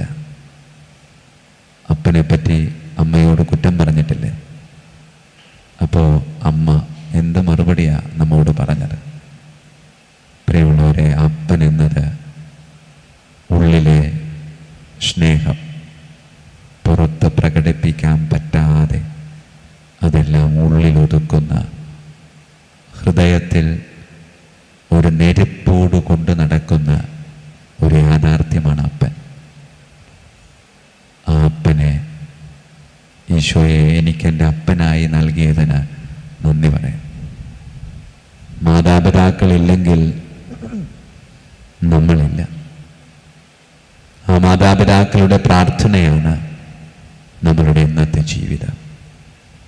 എൻ്റെ മാതാപിതാക്കൾ എനിക്ക് വേണ്ടി ഒഴുക്കിയ കണ്ണുനീര്, എൻ്റെ മാതാപിതാക്കൾ എനിക്ക് വേണ്ടി അനുഭവിച്ച കഷ്ടപ്പാട്, അതിൻ്റെയൊക്കെ ബാക്കി പത്രമാണ് ഇപ്പോൾ ആയിരിക്കുന്ന ഞാൻ. അത് എന്നും ഹൃദയത്തിൽ സൂക്ഷിക്കാൻ സാധിക്കണം. ഈശോയെ, ഇങ്ങനെ ഒരു അപ്പനെ അമ്മയെ നൽകിയതിന് നന്ദി പറയാം. തൊട്ടു മുമ്പിൽ എൻ്റെ അപ്പനും അമ്മയും ഉണ്ട്. അവരെ നമ്മളിങ്ങനെ നെഞ്ചോട് ചേർത്ത് വയ്ക്കാം. ഈശോയെ, ഒരിക്കലും ഈ ഒരു ദൈവീക ഭാവമാകുന്ന മാതാപിതാക്കളെ മനസ്സുകൊണ്ട് പോലും അകറ്റി നിർത്താതെ എന്നും ചേർത്ത് നിർത്താൻ എന്നെ അനുഗ്രഹിക്കണമേ എന്ന് പ്രാർത്ഥിക്കാം. പ്രിയമുള്ളവരെ, ഒരൊറ്റ ചിന്ത കൂടെ മനസ്സിലേക്ക് പകരുക. ഓർമ്മ വെച്ച കാലം മുതലുള്ള മാതാപിതാക്കളല്ല ഇപ്പോൾ നിങ്ങളുടെ മനസ്സിലുള്ളത്. കാരണം ജരാനരകൾ ബാധിച്ചിട്ടുണ്ട്, ചുളിവുകൾ സംഭവിച്ചിട്ടുണ്ട്, രോഗങ്ങൾ ഒരുപാട് ആ ശരീരത്തിലുണ്ടായിട്ടുണ്ട്.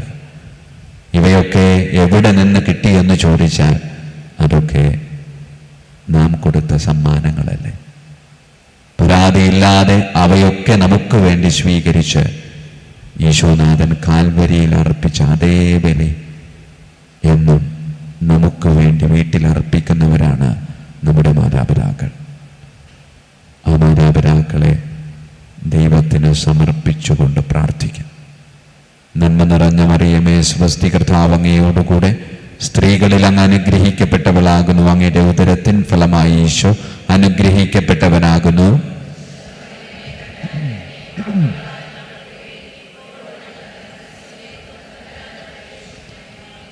ഈശോ മിശിഹായിക്കും സ്തുതിയായിരിക്കട്ടെ.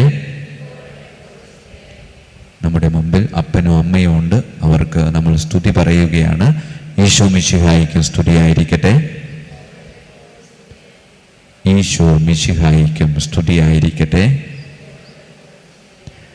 കരങ്ങൾ കൂപ്പാം, കണ്ണ് തുറക്കാം. പ്രിയമുള്ളവർ, ഇപ്പോൾ നമ്മുടെ മനസ്സിലുള്ളൊരു വികാരം, അതാണ് എൻ്റെ കുടുംബത്തിലെ എൻ്റെ അപ്പൻ്റെ അമ്മയുടെ സ്ഥാനം. എൻ്റെ മക്കൾ ഞാൻ പറയുന്നത് കേൾക്കാതെ പോകുന്നു എന്ന് വിചാരിച്ചാൽ ഏതെങ്കിലും ഒരു മുറി കയറി അപ്പനും അമ്മനെ ഒന്ന് കുറച്ചു നേരം ധ്യാനിച്ചാൽ കിട്ടുന്നൊരു പവറുണ്ടല്ലോ, അത് വല്ലാത്തൊരു പവറാണ്. പിന്നീട് ഇറങ്ങി വരുമ്പോൾ ആ മക്കൾ നമ്മൾ പറയുന്നത് അതേപോലെ കേൾക്കുമെന്ന്. ആ ഒരു ദൈവീക വിചാരം, ദൈവിക ചിന്ത നമ്മുടെ ഓരോരുത്തരുടെയും ഉള്ളിലുണ്ടാവണമെന്നാണ്. പ്രിയമുള്ളവരെ, ഈ ഒരു കാലഘട്ടത്തിൽ നിങ്ങളുടെ ഈ മക്കളുമായുള്ള ബന്ധത്തെപ്പറ്റി ഞാൻ പങ്കുവയ്ക്കുമ്പോൾ ഒരിക്കലും അത് നിങ്ങളുടെ മക്കളോട് ഇനി പ്രായോഗിക തലത്തിൽ കൊണ്ടുവരാൻ പറ്റുന്ന കാര്യങ്ങളല്ല. മറിച്ച് നിങ്ങളുടെ മക്കൾ അവരുടെ മക്കളോട് അല്ലെങ്കിൽ കൊച്ചുമക്കളോടൊക്കെ പറഞ്ഞു കൊടുക്കേണ്ട ചില കാര്യങ്ങൾ. പ്രിയമുള്ളവരെ, കുട്ടികളെ വളർത്തുമ്പോൾ ആദ്യം തന്നെ നാം ചെയ്യേണ്ട ഒരു കാര്യമുണ്ട്. അവരെ പ്രോത്സാഹിപ്പിക്കണമെന്നാണ്. പ്രോത്സാഹിപ്പിക്കണം എങ്ങനെയാണ്? ചില വീട്ടിലൊക്കെ കയറി ചെല്ലുമ്പോൾ കൊച്ചുങ്ങളുടെ അടുത്ത് നിലത്തിട്ട് അടിക്കാൻ തോന്നില്ല? നമുക്ക് തോന്നിയിട്ടില്ല നിങ്ങൾക്ക്? അവർ ഒരു നിയന്ത്രണവും ഇല്ലാതെ വെറുതെ നമ്മുടെ മെക്കിട്ട് കയറാം, വെള്ളം കുടിച്ചിട്ടെങ്കിൽ അത് തട്ടിമറിച്ച് നിലത്തിടുക.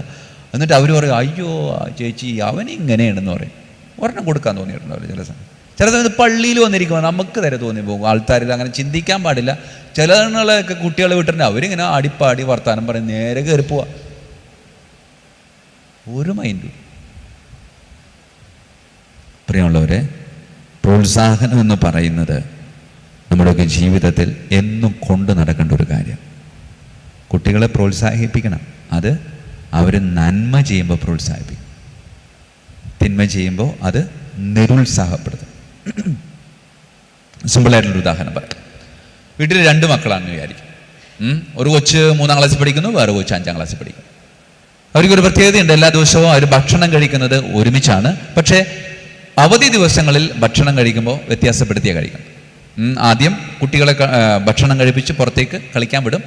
ഇവർ രണ്ടുപേരും കൂടി ഒരുമിച്ചിരുന്ന് ഭക്ഷണം കഴിക്കുക. അപ്പോൾ ഈ കുട്ടികളിങ്ങനെ പുറത്ത് ചെയ്യുന്ന കാര്യങ്ങളൊക്കെ ഇങ്ങനെ ശ്രദ്ധിച്ച് ഇവരിങ്ങനെ പരസ്പരം കുട്ടികളെ പറ്റിയുള്ള അഭിപ്രായം പറയുന്ന ഒരു ദിവസം. അപ്പോൾ ഒരു ദിവസം മൂത്ത കുട്ടി തലേദിവസം അപ്പം വാങ്ങിച്ചു കൊണ്ടുവന്ന ഓറഞ്ച്, അത് കഴിച്ചതിൻ്റെ ഈ ഓറഞ്ചിൻ്റെ തൊലി ഇങ്ങനെ കടലാസിൽ ഇങ്ങനെ പൊതിഞ്ഞ് അതിൻ്റെ സൈഡിൽ കിടക്കായിരുന്നു. അതിങ്ങനെ മുറ്റത്തു നിന്ന് എടുത്ത് അവിടെ കിടന്നിരുന്ന വെച്ചാൽ മറ്റു ചവറുകളൊക്കെ എടുത്ത് ഈ കവറിലാക്കിയിട്ട് അപ്പൻ തന്നെ പണി തീർത്ത് വേസ്റ്റ് ബോക്സിൽ കൊണ്ടിടാം. അപ്പോൾ അപ്പൻ അമ്മയോട് പറയുന്നുണ്ട്, ദേടി അവൾ ചെയ്യുന്നുണ്ടാകും. അപ്പോൾ അമ്മ പറഞ്ഞു, അവളെ ഞാൻ ശ്രദ്ധിച്ചിട്ടുണ്ട്, എപ്പോഴും നല്ല വൃത്തിയായിട്ടൊക്കെ നടക്കാൻ ആഗ്രഹിക്കണം. അപ്പോൾ അവർക്കൊരു സന്തോഷമായില്ലേ, നമ്മുടെയൊക്കെ വീട്ടിൽ ഇതുപോലെ സംഭവിക്കണം. പിറ്റേ ദിവസം ഇതേപോലെ തന്നെ സമയം, ഇതേപോലെ തന്നെ ഒരു ഭക്ഷണം കഴിച്ചുകൊണ്ടിരിക്കുന്നു. ഇളയ കുട്ടി പുറത്തിരുന്ന് എന്തോ കളിച്ചുകൊണ്ടിരിക്കുക. തൊട്ടടുത്ത് പൊട്ടിക്കിടക്കുന്ന ഒരു ഓസ് കിടപ്പുണ്ട്. തലേദിവസം ഓറഞ്ച് എടുത്തുകൊണ്ടുപോയി, ഓറഞ്ചിൻ്റെ തൊലി എടുത്തുകൊണ്ടുപോയ ആ പെൺകുട്ടി ഈ കിടക്കുന്ന ഓസ് എടുത്തിട്ട് ഈ ചെക്കൻ്റെ പുറത്തൊരു ഒറ്റടി അങ്ങോട്ട് കൊടുത്തു. കുറുമ്പല്ലേ, കുറുമ്പം.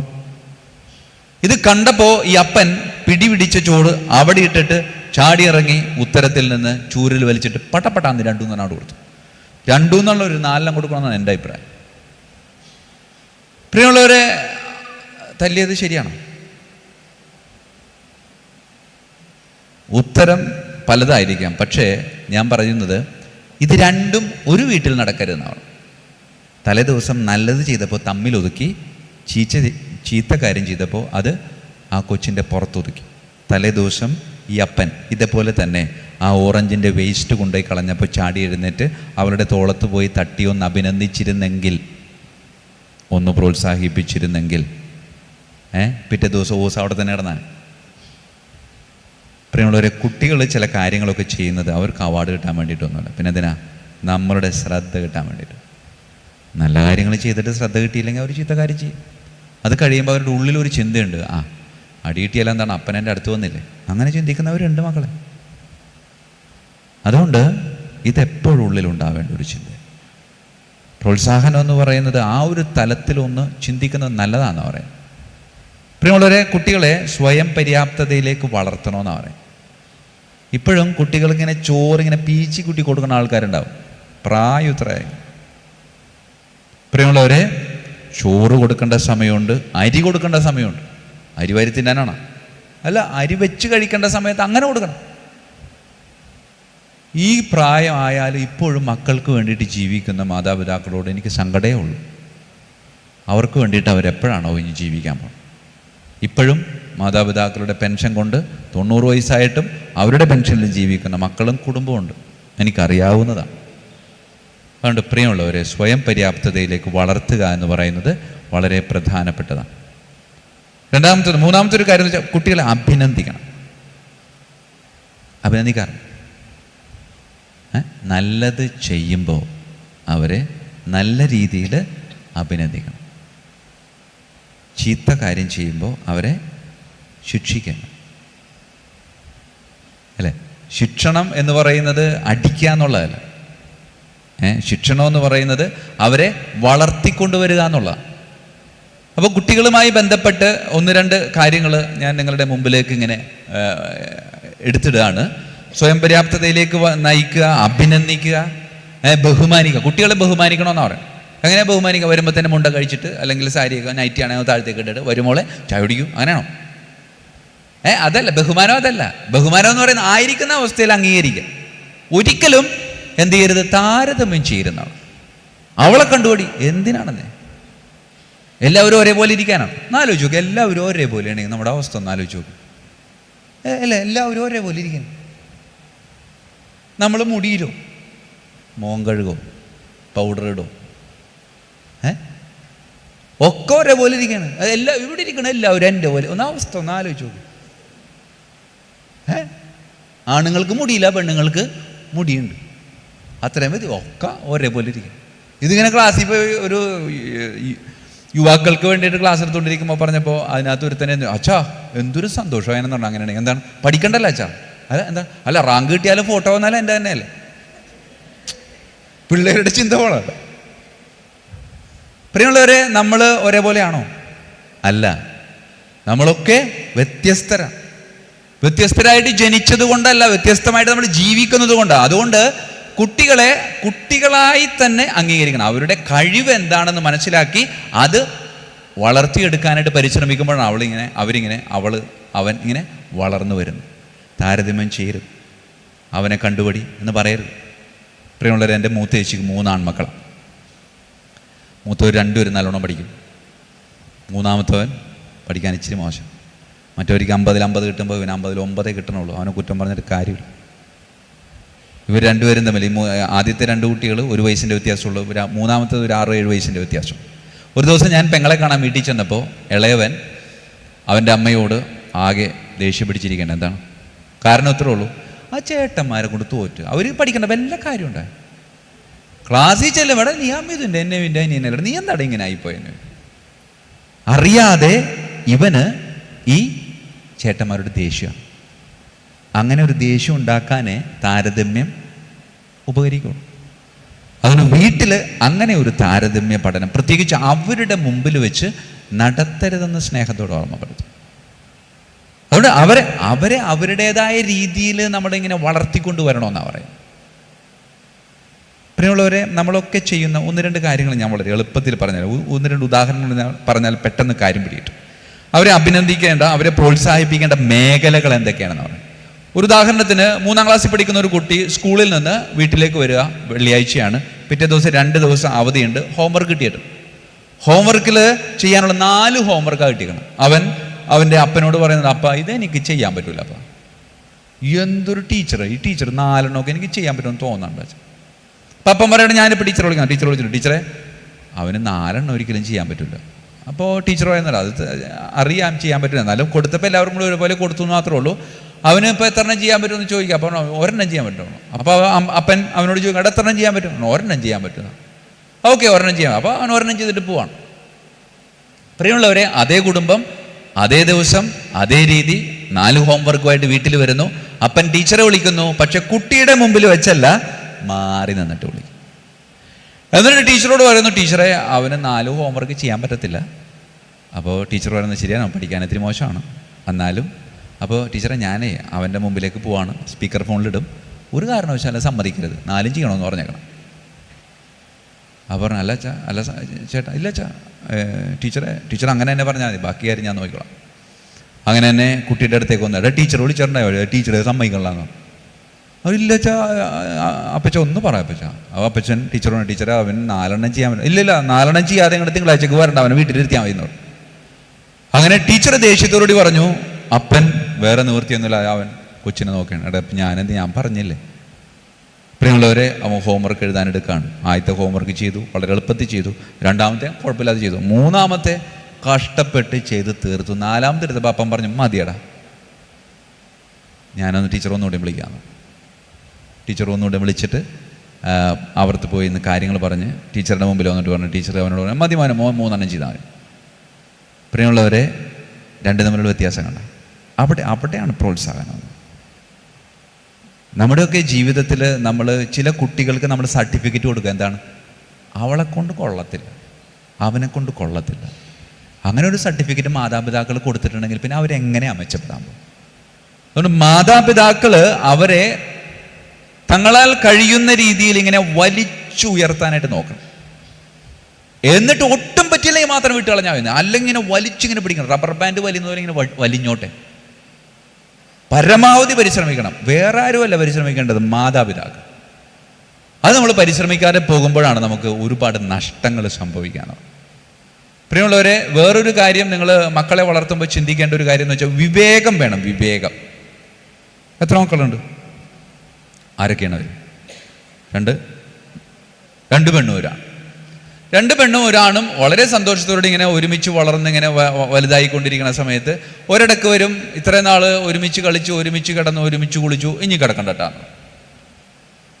പ്രിയമുള്ളവരെ, അത്രയും നാൾ കുഴപ്പമുണ്ടായാലും ഒരു സുപ്രഭാതത്തിൽ അമ്മ വന്നിട്ട് ഇതെന്ത് വർത്താനാണ് ഈ പറഞ്ഞു, എന്താണ് അമ്മിച്ച അത് കിടന്നാൽ എന്ന് അവർ ചോദിക്കില്ല. പക്ഷെ അവരുടെ ഉള്ളിൽ അതുണ്ട്. അവിടെ നമ്മൾ വിവേകം ഉപയോഗിക്കണം. വിവേകം ഉപയോഗിച്ചിട്ട് പറഞ്ഞു കൊടുക്കണം, മോനെ ഇങ്ങനെയൊക്കെയാണ് കാര്യം. സാധാരണ പറഞ്ഞ് കേട്ടിട്ടുള്ളൊരു കാര്യം എന്ന് വെച്ചാൽ ഇങ്ങനെയാണ്: ആൺമക്കൾക്ക് അപ്പനും പെൺമക്കൾക്ക് അമ്മയും ജീവിതത്തിൻ്റെ ശരീരത്തിൻ്റെ കാര്യങ്ങളൊക്കെ പറഞ്ഞു കൊടുക്കണം. ഞാൻ നേരെ തിരിച്ചു ചിന്തിക്കുന്നവരാണ്. പെൺമക്കൾക്ക് അപ്പൻ സ്നേഹത്തോടുകൂടെ വളർന്നു വരുമ്പോൾ വിളിച്ചിരുത്തി അടുത്തിരുത്തി കാര്യങ്ങളൊക്കെ പറഞ്ഞു കൊടുക്കണം. അപ്പൻ അതുകൊണ്ട് എപ്പോഴും അപ്പനായിട്ട് നിൽക്കും. ശരീരത്തിൻ്റെ ചില ഭാഗങ്ങൾ മാത്രം വളരുമ്പോൾ മക്കളല്ലാതാവുന്നില്ല, അവർ മക്കൾ തന്നെ. ആ ഒരു തലത്തിലേക്ക് കുടുംബത്തിൽ മാതാപിതാക്കളും മക്കളും തമ്മിലുള്ള ബന്ധം വളരണമെന്നാണ് പറയുന്നത്. അല്ലെങ്കിൽ ഒരുപാട് പ്രശ്നങ്ങളുണ്ടാവും.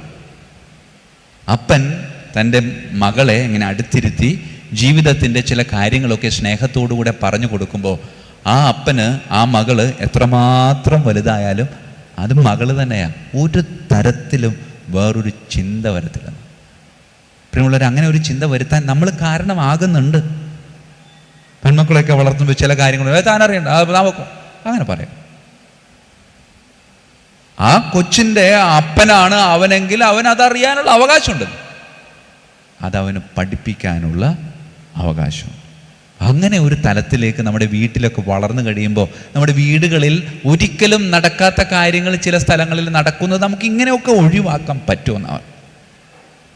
പ്രിയമുള്ളവരെ, നമ്മൾ ഈ കുഞ്ഞു മക്കളിങ്ങനെ വളർന്നു വരുമ്പോൾ അവർക്ക് പറഞ്ഞു കൊടുക്കേണ്ട ഒരു കാര്യം കൂടി ഓർമ്മപ്പെടുത്തുക. നമ്മൾ പലപ്പോഴും പറയാറുണ്ട്, എങ്കിലും ഒരിക്കൽ കൂടെ മനസ്സിലേക്ക് കൊണ്ടുവരികയാണ്. ലൈംഗിക വിദ്യാഭ്യാസം വളരെ ചെറുപ്പത്തിൽ കൊടുക്കണമെന്ന് പറയാം.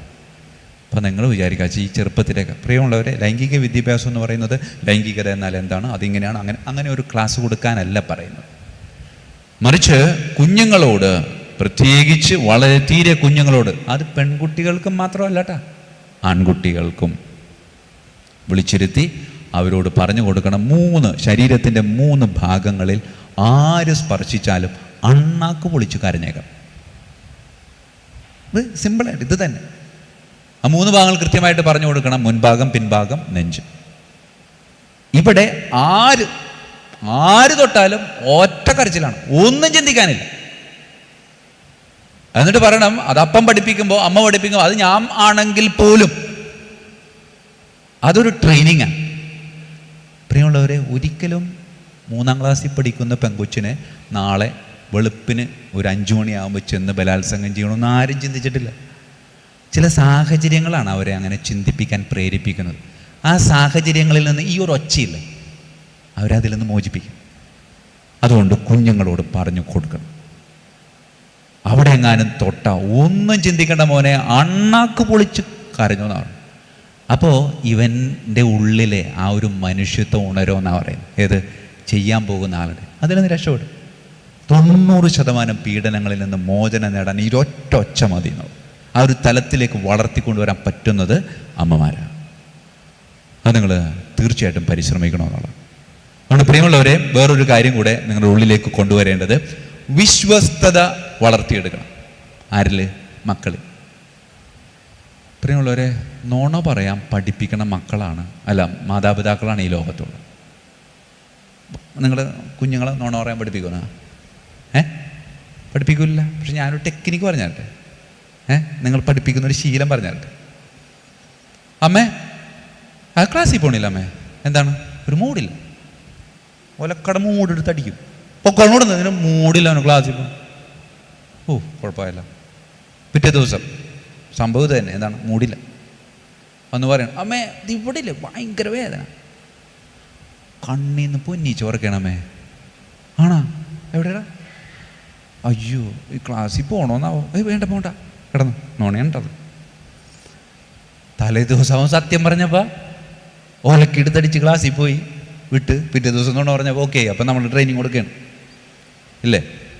ഓസ്ട്രേലിയയിൽ താമസിക്കുന്ന എൻ്റെ ഒരു സുഹൃത്ത് വൈദികൻ ഒരു ദിവസം എൻ്റെ പള്ളിയിൽ വന്നപ്പോൾ ഞാൻ പറഞ്ഞു, ഞായറാഴ്ച കുർബാന ചെല്ലോ, കുട്ടികൾക്ക് വേണ്ടിയിട്ടുള്ളതാണ്.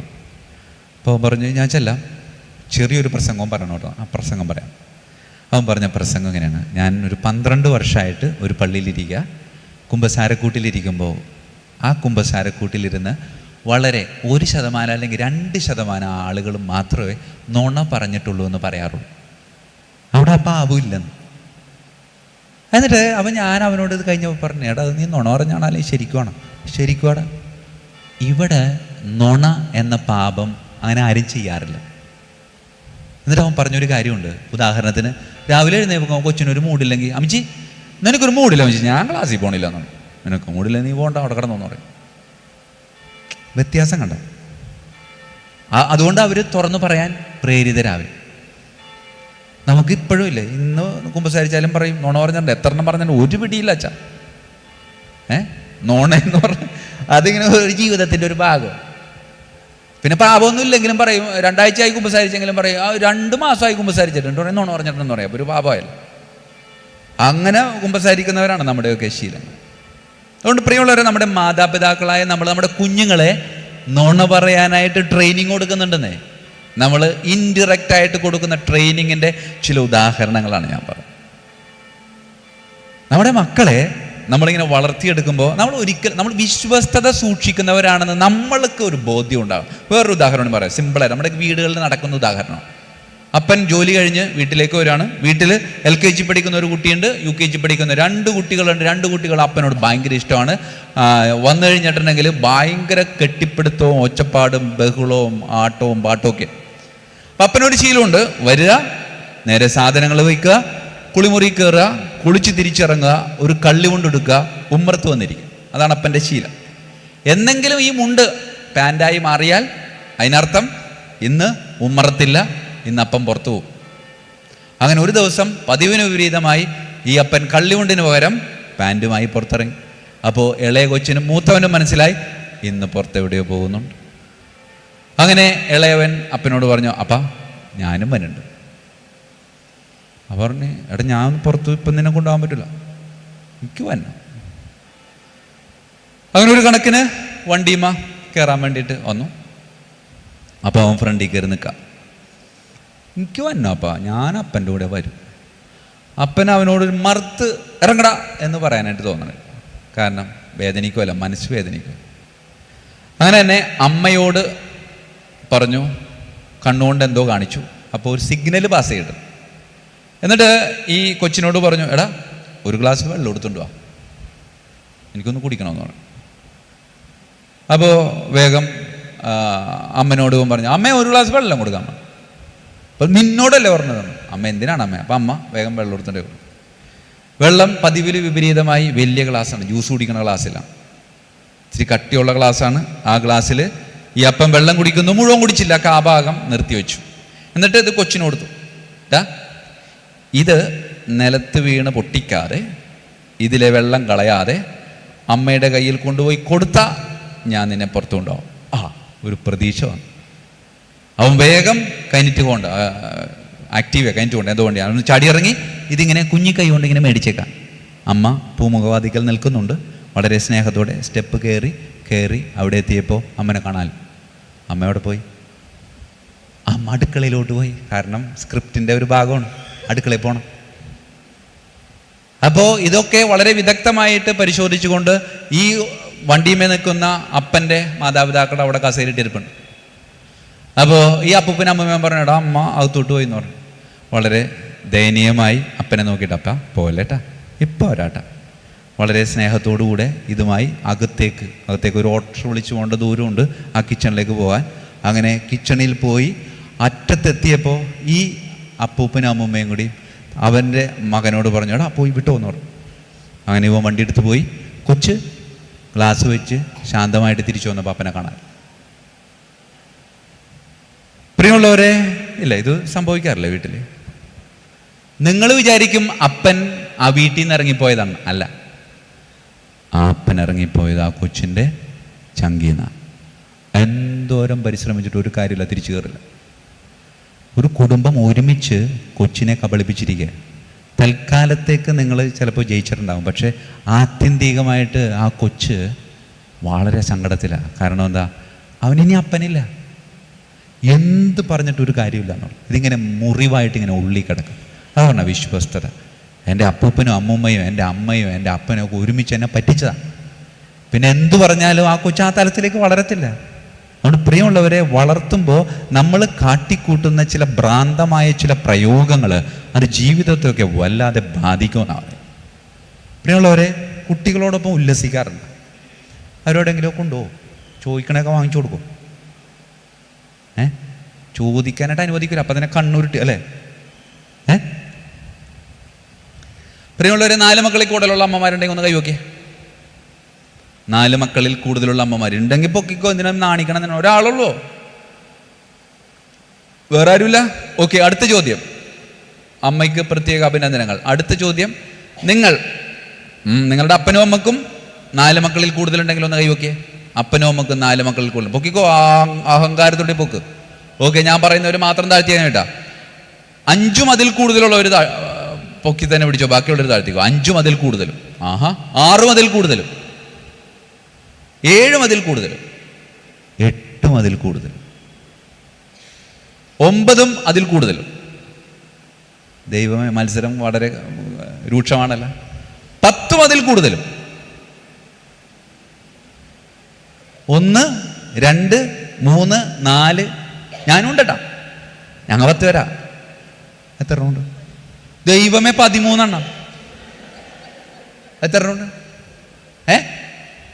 13. ചേച്ചിനെത്തിയാണ്. അപ്പൊ കുഴപ്പമില്ല. 10, 12 അപ്പോസ്തലന്മാരാണ്. പ്രിയമുള്ളവരെ, സാധാരണ എനിക്കാണ് ഫസ്റ്റ് കിട്ടാറ്. ഇവിടെ ഫസ്റ്റ്, സെക്കൻഡ്, തേർഡ് പോലും കിട്ടിയില്ല എന്നുള്ളു. എത്രാമത്തെയാണ്? 5-ാമത്തെയാണ്. ഞാൻ 10-ാമത്തെയാണ്. ഏറ്റവും ഏതാണ്? ഏറ്റവും ഇളയതിൻ്റെ പ്രത്യേകത എന്താണ്? അപ്പനും അമ്മക്ക് ഏറ്റവും ഇഷ്ടം പുന്നാരം, വാരിക്കോര്, വെറുതെ ചുമ്മാ ഒക്കെ നുണയാ. ഏറ്റവും ഇളയതിൻ്റെ പ്രത്യേകത എന്ന് വെച്ചാൽ പുതിയതൊന്നും കൂട്ടില്ല, ഒക്കെ പഴയതായിരിക്കും. പുതിയ കോടിമണമൊക്കെ കേട്ട കാലം മറന്ന് അച്ഛനായിട്ട് പിന്നെ ഇടക്കിടക്ക് ഉടുപ്പയിക്കുമ്പോഴാണ് പുതിയത് കിട്ടണത്. ഇല്ല, ഉണ്ടാ ഇല്ല, പുതിയത് തരൂല. പ്രിയമുള്ളവരെ, ഞാനിത് ഉല്ലാസത്തിൻ്റെ കാര്യം പറഞ്ഞപ്പോൾ 1-2 കാര്യങ്ങൾ നമ്മളുടെ ജീവിതാനുഭവവുമായി ബന്ധപ്പെടുത്തി ഒന്ന് സംസാരിക്കാൻ വേണ്ടി ആഗ്രഹിക്കുകയാണ്. എപ്പോഴെങ്കിലും നിങ്ങൾ പറഞ്ഞിട്ടുണ്ടോ, അവൾ കഷ്ടപ്പെട്ട് ഞാൻ വളർത്തിയതാണ് ചാ, എന്നിട്ടാണ് അവൻ എന്നോട് ഇങ്ങനെ ചെയ്തു, അവൾ എന്നോട് ഇങ്ങനെ ചെയ്ത്? പ്രിയമുള്ളവരെ, പലപ്പോഴും കേൾക്കുന്നൊരു കാര്യം, അതുകൊണ്ട് അത് കേൾക്കാതിരിക്കാൻ വേണ്ടിയിട്ട് ഒരു കാര്യം ഞാൻ നിങ്ങളോട് പറയാണ്. മക്കളെ ബുദ്ധിമുട്ടിക്കരുത് എന്നല്ല, മക്കളെ ബുദ്ധിമുട്ട് അറിയിച്ച് വളർത്തണം. മക്കളെ ബുദ്ധിമുട്ട് അറിയിക്കണം. പ്രിയമുള്ളവരെ, ഞാൻ ഏറ്റവും ഇളയതാണ്. ഞങ്ങൾ 6-4 ആണ്, 6 ആണും 4 പെണ്ണും. എൻ്റെ അപ്പൻ, ഞാൻ ആലോചിക്കാം, നിങ്ങളൊന്ന് ശ്രദ്ധിക്കേണ്ട കാര്യമുണ്ട്. എൻ്റെ അപ്പനൊക്കെ കൂടി 7 മക്കളാണ്. എൻ്റെ അപ്പൻ അതിനകത്ത് നടുക്ക് നിൽക്കണാണ്. പക്ഷേ തറവാട് അപ്പന് കിട്ടി, ഭാഗ്യം കൊണ്ട്. തറവാട് കിട്ടുമ്പോൾ അതിൻ്റെ കൂടെ 2 സാധനം ബോണസ് ഫ്രീ കിട്ടിയിട്ടുണ്ട്. അതെന്താണ്? അപ്പനും അമ്മയും അത് ഫ്രീ ആയിട്ട് കിട്ടുക. അങ്ങനെ വീട്ടിൽ 10 മക്കളുണ്ട്, പിന്നെ അപ്പനും അമ്മയും 12, പിന്നെ 2 ഫ്രീ ആയിട്ട് കിട്ടിയേക്കണം. അപ്പം മൊത്തം എത്രയായി? 14. ഒരു ജില്ലക്കുള്ള ആളുണ്ട് വീട്ടിൽ. അപ്പോൾ ഈ ഇത്രയും പേരെ കാണാൻ വേണ്ടിയിട്ട് അപ്പൻ്റെ പെങ്ങന്മാർ, അമ്മായിമാർ ഇടക്ക് വരും. ഒരൊറ്റക്കാണ് വന്നത്, അവരും കൊണ്ടുവരും ആരെങ്കിലും ഒക്കെ ആയിട്ട്.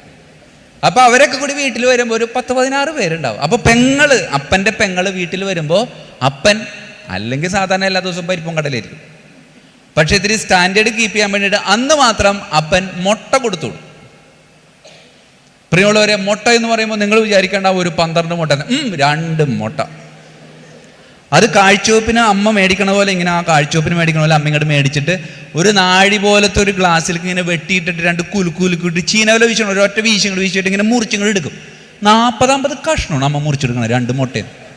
5,000 പേർക്ക് അത്ഭുതം. അതൊന്നും എനിക്കൊരു അത്ഭുതമൊന്നുമല്ല. എൻ്റെ അമ്മണി അമ്മ മുറിച്ചെടുക്കണം മുട്ടയുടെ അളവെന്ന് വെച്ചാൽ അതെനിക്ക് എന്നെ ഒടുക്കത്തെ അത്ഭുതം. പ്രിയമുള്ളവരെ, ഞങ്ങളിങ്ങനെ ഇടയ്ക്ക് ഒരുമിച്ച് കൂടെ പോയി. മുട്ടക്ക് 2 കളർ ഉണ്ടെന്ന് ഞാൻ മനസ്സിലാക്കിയത് ഒരു 20 വയസ്സായപ്പോഴാണ്. ഞാൻ പേര് ഒറ്റ കളറാണ് വിചാരിക്കുന്നത്. നമ്മൾ ഇത് നിങ്ങളിങ്ങനെ പറയുമ്പോൾ, ഇപ്പോൾ എൻ്റെ അപ്പന് പലചര കച്ചവടം പറഞ്ഞു. അപ്പം ചന്തയിൽ, കോട്ടപ്പുറം ചന്തയിലാണ് പോണത്. മെയ് മാസം ആകുമ്പോൾ ചന്തയിൽ നിന്ന് അപ്പൻ തിരിച്ചു വരുമ്പോൾ തുണിച്ചന്തയിലും കൂടിയും കയറും. എന്നിട്ട് അവിടെ നിന്ന് കുറച്ച് സാധനങ്ങളോട് മേടിക്കും. വേറെ ഒന്നുമല്ല, ഒരു കിലോ മണ്ണ് കണക്കണം. മണ്ണെന്ന് പറയുമ്പോൾ ഒരു 10-16 കിലോ ഉണ്ടെന്ന് ഒരു മണ്ണ്. അപ്പോൾ കുറച്ച് തുണികൾ മേടിച്ചിട്ടുണ്ട്. എന്നിട്ട് മെയ് മാസം അവസാനമാകുമ്പോൾ ഞങ്ങളിങ്ങനെ ട്രൗസറും പാവാട അടിക്കുന്ന ഒരു കർത്തവ്യമാണ്. അമ്മ മൂത്ത ചേച്ചിനെ ഇതൊക്കെ പഠിപ്പിച്ചിട്ടുണ്ട്. കാരണം ഇത് തയ്ക്കാൻ പുറത്തു കൊടുത്തന്നെ പിന്നെ ആധാരം പണയം വെക്കേണ്ടി വരും. അതുകൊണ്ട് അമ്മ ഇതൊക്കെ പഠിപ്പിച്ചുകൊണ്ടിരിക്കുകയാണ്. അങ്ങനെ തന്നെ ചേച്ചി അളവെടുക്കുകയാണ്. ആദ്യം തന്നെ സ്വന്തമായിട്ടൊരു അളവെടുക്കും, പിന്നെ ഇങ്ങനെ നിരത്തി അളവെടുക്കും. ഈ ട്രൗസറും പാവാടയെന്ന് പറഞ്ഞാൽ തമ്മിൽ വേറെ വ്യത്യാസമല്ല. ട്രൗസറിൻ്റെ ഇടയ്ക്ക് ഒരു അടിപ്പുണ്ടാവും, പാവാടക്ക് അതുണ്ടാവില്ല. അത്രേ ഉള്ളൂ, വേറെ ഡിസൈനൊന്നുമില്ല. അങ്ങനെ ഇങ്ങനെ കാര്യങ്ങളൊക്കെ എടുത്ത് അളന്നളന്ന് വരുമ്പോഴേക്കും ഒരു 7ാമത്തേക്ക് ആകുമ്പോൾ ചില സമയത്ത് വരുമ്പോൾ തുണി തീർന്നു പോകും. കാരണം അപ്പന അളന്നെല്ലാം മേടിക്കണത് കണക്കാണ്, കിലോ ആണല്ലോ. അപ്പോൾ അമ്മ ഇപ്പോൾ വെക്കുന്നുണ്ട്. അമ്മ അപ്പുറത്തേക്ക് പോയി തിരിച്ചു വരും. തിരിച്ചു വന്നിട്ട് കഴിഞ്ഞ വർഷത്തിൻ്റെ മുമ്പത്തെ വർഷം തയ്ച്ചതിൻ്റെ കുറച്ച് ബാക്കി അവിടെ നിന്ന് ഇവിടെ നിന്നൊക്കെ ആയിട്ട് 7ഉം 8ഉം 9ഉം ഒക്കെ പോകും. ഓക്കെ ആയിട്ടുണ്ടാവും. അപ്പോൾ 10 നമുക്ക് ക്യൂലാണ്. എനിക്കൊരു ട്രൗസർ അടിച്ചു തരുമല്ല ചേച്ചി. പ്രിയമുള്ളവരെ, മഴവില്ലിന് 7 കളറല്ലേ, ഇത് 12 കളറിൻ്റെ ഒരു ട്രൗസറൊക്കെ അടിച്ച് സങ്കടപ്പെട്ട് ഇങ്ങനെ പുറത്തേക്ക് വരുമ്പോഴായിരിക്കുള്ളൂ അപ്പുറത്തുനിന്ന് വേറൊരു മഴവില്ല് വരിക. അപ്പം അതിൽ നിന്ന് മനസ്സിലാവുക എന്താണ് ഏറ്റവും ഉള്ളത് നമ്മളാണെന്നുള്ളത്. അല്ലാതെ ഇളയതിന് വേറെ പ്രത്യേകതയൊന്നുമില്ല. 4ാം ക്ലാസ് വരെ ഞങ്ങൾക്ക് യൂണിഫോം ഇവിടെ ഉണ്ടായിരുന്നു. 5ാം ക്ലാസ്സിൽ നീല ട്രൗസറും വെള്ളയും അല്ലേ, അങ്ങനെ ഇട്ടേച്ചാണ്. അപ്പോൾ ഞാൻ 4ൽ നിന്ന് 5ലോട്ട് ജയിച്ചപ്പോൾ മെയ് മാസം ഏതാണ്ട് 2-3 ഡേറ്റിൽ റിസൾട്ട് വന്നപ്പോൾ ഞാൻ അമ്മനോട് പറഞ്ഞു, അമ്മേ ജയിച്ചട്ടാ, യൂണിഫോം വേണോട്ടാന്ന്. പിന്നെ അത് തരൂലേന്ന് പറഞ്ഞു. അങ്ങനെ തന്നെ എല്ലാ ദിവസവും അപ്പൻ ചന്തക്ക് പോയി തിരിച്ചു വരുമ്പോൾ ഞാൻ നോക്കും, പരിപ്പും പയറോ അല്ലാതെ ഒന്നുമില്ല കയ്യിൽ. അങ്ങനെ ഒരു 20 ആയപ്പോൾ വീണ്ടും ഞാൻ അമ്മനോട് പറഞ്ഞു, അമ്മേ ഞാൻ ജയിച്ചട്ടാ. അത് നീ 2 ആഴ്ച മുമ്പ് ജയിച്ചാണല്ലോ, വീണ്ടും ജയിച്ചാന്ന് ചോദിച്ചു. ഞാൻ പറഞ്ഞല്ലേ, നേരത്തെ ജയിച്ചാണ്, മറ്റേ യൂണിഫോം തരാന്ന് പറഞ്ഞു. 31-ാം തീയതി ഉണക്കമാസ സമാപനത്തിൻ്റെ പായസം ഉണ്ടാക്കണതിൻ്റെ തിരക്കിലാണ് അമ്മ. അപ്പം ഞാൻ അമ്മനോട് പറഞ്ഞു, അമ്മേ നാളെ കഴിഞ്ഞ് മറ്റന്നാ ക്ലാസ്സിൽ പോണ്ടേ, യൂണിഫോം എവിടെയാണ്? അപ്പം ശരിയാക്കി തരണം. അമ്മയ്ക്ക് സ്ത്രീധനം കിട്ടിയ ഒരു വീഞ്ഞപ്പെട്ടി ഉണ്ട്. ആ വീഞ്ഞപ്പെട്ടി ഇങ്ങനെ തുടങ്ങിയിട്ട് കൈതിങ്ങനെ ഇടയിലിട്ട് 2 കുലുക്കി ഇങ്ങനെ പുറത്തേക്ക് ഇങ്ങനെ എടുക്കുകയാണ്. എന്താണ്? എൻ്റെ മൂത്ത ചേട്ടൻ 5ാം ക്ലാസ്സിൽ വെച്ചിട്ട ട്രൗസറും ഷർട്ടും. ഞാനും ചേട്ടനും തമ്മിൽ 20 ദിവസത്തിൻ്റെ വ്യത്യാസമുണ്ട്. പ്രിയമുള്ളവരെ, അതിങ്ങനെ കഞ്ഞോള്ള പശ, ഇന്ന് അതിന് വേറെ സാധനങ്ങളൊക്കെ ഇട്ട കഞ്ഞോള്ള പശയിൽ ഇങ്ങനെ തേച്ചിങ്ങനെ ഇട്ട് തന്നിട്ടില്ലേ, ഈ ട്രൗസറും ഈ കാലും കൂടിയും വല്ല അരമണിക്കൂറിൻ്റെ ഇടയിൽ 2 പ്രാവശ്യം മുട്ടി അങ്ങനത്തെ ഒരു ട്രൗസറാണ്. ആലുവയും പറവൂരും തമ്മിലുള്ളൊരു ബന്ധം പോലെ ഇങ്ങനെ ഇട്ട് നടക്കുക. പ്രിയമുള്ളവർ, അന്ന് ദേവണ പറഞ്ഞിട്ട് അച്ഛൻ അന്നുള്ളോ ഇന്നുള്ളോ എന്ന് ആലോചിച്ചോക്കെ. പ്രിയമുള്ളവരെ, അങ്ങനെ പഴയ പോലീസുകാരൻ്റെ പോലെ നമ്മളെ സ്കൂളിലേക്ക് ഇറങ്ങുമ്പോൾ 1-2 പോലീസുകാരൊക്കെ അപ്പുറത്ത് വരണുണ്ടാവുക. ഞങ്ങൾ ഒരുമിച്ച് ഇങ്ങനെ പോവാം. ഇതുപോലുള്ള സമാനമായ ചില ബുദ്ധിമുട്ടുകളൊക്കെ നമ്മുടെയൊക്കെ ജീവിതത്തിലുണ്ട്. പക്ഷേ അതില്ലാഞ്ഞിട്ടല്ലേ പ്രിയമുള്ളവരെ, മാതാപിതാക്കൾ ഇങ്ങനെ ചില മനഃപൂർവമായ ബുദ്ധിമുട്ടുകൾ നമുക്ക് നൽകിയിരുന്നത് നമ്മളെ കഷ്ടപ്പെടുത്താൻ വേണ്ടിയിട്ടല്ല, മറിച്ച് നമ്മളെ ഒരിക്കൽ നിങ്ങൾ മാതാപിതാക്കളാകും, അപ്പോൾ അവർ ട്രെയിനിങ് നടത്തുമായിരുന്നു. പ്രിൻസിപ്പളായിരുന്നു നമ്മുടെ മാതാപിതാക്കൾ. നമ്മളൊരിക്കൽ, എൻ്റെ മകൻ എൻ്റെ മകൾ ഒരിക്കൽ അപ്പനും അമ്മയാകും. അപ്പോൾ എങ്ങനെയാണ് മാതാപിതാക്കൾ മക്കളെ വളർത്തേണ്ടതെന്ന് പഠിപ്പിക്കുകയായിരുന്നു. പക്ഷെ അത് മനസ്സിലാക്കാൻ പറ്റാതെ ചിലരൊക്കെ ഇപ്പോഴും മാതാപിതാക്കളെ കുറ്റം പറഞ്ഞ് ജീവിക്കുന്നു. പക്ഷെ മനസ്സിലാക്കിയവർ അവരെ ബഹുമാനിച്ചിപ്പോൾ സന്തോഷത്തോടെ ജീവിക്കാം. പ്രിയമുള്ളവരെ, ഇതുപോലെ തന്നെ ഒരു ക്ലാസ്സിൽ ഇങ്ങനെ പറഞ്ഞപ്പോൾ, ഈ മുട്ടയുടെ കാര്യം പറഞ്ഞപ്പോൾ 2 കളറുണ്ടെന്ന് ഞാൻ പിന്നീടാണെന്ന് അറിഞ്ഞതെന്ന് പറഞ്ഞപ്പോൾ ഒരു ചേട്ടൻ ക്ലാസ് കഴിഞ്ഞപ്പോൾ എന്നെ കാണാൻ വന്നു. അച്ഛനൊക്കെ 10 മക്കളല്ലേ? അതെ അച്ഛൻ, ഞങ്ങൾ 13 മക്കളാണ് അച്ഛാ. അപ്പോൾ ഞാൻ മറ്റേ 13 കളറിട്ട് ട്രൗസർ ഇട്ടിട്ട് അയാൾ നടന്നു പോകണം എൻ്റെ മനസ്സിലേക്ക് വെറുതെ ഇങ്ങനെ തെളിഞ്ഞു വരിക. അതിനുശേഷം ആൾ പറഞ്ഞു, അച്ഛാ പാലിൻ്റെ നിറം വെള്ളയാണെന്ന് 100 പ്രാവശ്യം ഇമ്പോസിഷൻ എഴുതിയാണ് അച്ഛാ ഞാൻ പഠിച്ചത്. പ്രിയമുള്ളവരെ, കാഠിന്യം നിങ്ങൾ മനസ്സിലാക്കണം. പാലിൻ്റെ നിറം വെള്ളയാണെന്ന് ഞാൻ പഠിച്ചത് ഇമ്പോസിഷൻ രീതിയാണ്. പ്രിയമുള്ളൊരു കാര്യം നമ്മൾ മനസ്സിലാക്കേണ്ടതുണ്ട്. മാതാപിതാക്കൾ നമ്മളെ വളർത്താൻ വേണ്ടി ചില കാര്യങ്ങൾ ഇങ്ങനെ ചെയ്തു കൂട്ടുമ്പോൾ അത് ഒരിക്കലും ചിന്തിക്കരുത്. എന്താണ്, അവർ നമ്മളോട് ദേഷ്യം ഉണ്ടായിട്ട് ചെയ്യണമല്ല, മറിച്ച് അവർ ട്രെയിനിങ് എടുത്തതാണ്. എൻ്റെ ഈ കുഞ്ഞ് ഒരിക്കൽ അമ്മയാകാനുള്ളതാണ്, അപ്പനാകാനുള്ളതാണ്. അതുകൊണ്ട് അവർക്ക് പ്രായോഗിക പരിശീലനം കൊടുക്കായിരുന്നു. അത് ചിലപ്പോഴൊക്കെ വിട്ടുപോവാണ്. പ്രിയമുള്ളവരെ, അവസാനം ഒരു കാര്യം കൂടെ ചേർത്ത് വയ്ക്കുകയാണ്. എന്താണ്? ദൈവപരിപാലനയുടെ മഹത്വം നിങ്ങൾ മനസ്സിലാക്കുക. പ്രാർത്ഥിക്കാൻ മറന്നുപോയി. മാതാപിതാക്കൾ നമുക്ക് പകർന്നു നൽകിയിട്ടുള്ള ഏറ്റവും വലിയ പുണ്യം എന്ന് പറയുന്നത് പ്രാർത്ഥന. അത് നമ്മുടെ കയ്യിൽ നിന്ന് വിട്ടുപോകും. ആ ഒരു ചിന്ത നമ്മുടെ ഉള്ളിൽ എപ്പോഴും ഉണ്ടാവണമെന്നാണ്. അപ്പനും അമ്മയൊക്കെ നമ്മളെ പള്ളിയിൽ പറഞ്ഞു വിട്ടതും അവർ നമ്മളൊക്കെ നമ്മളൊക്കെ കേട്ട് ശീലിച്ച ഒരു പ്രാർത്ഥനയുണ്ട്, ഒരു പാട്ടുണ്ട്, ദുഃഖത്തിൻ്റെ പാനപാത്രം പാടിയത്.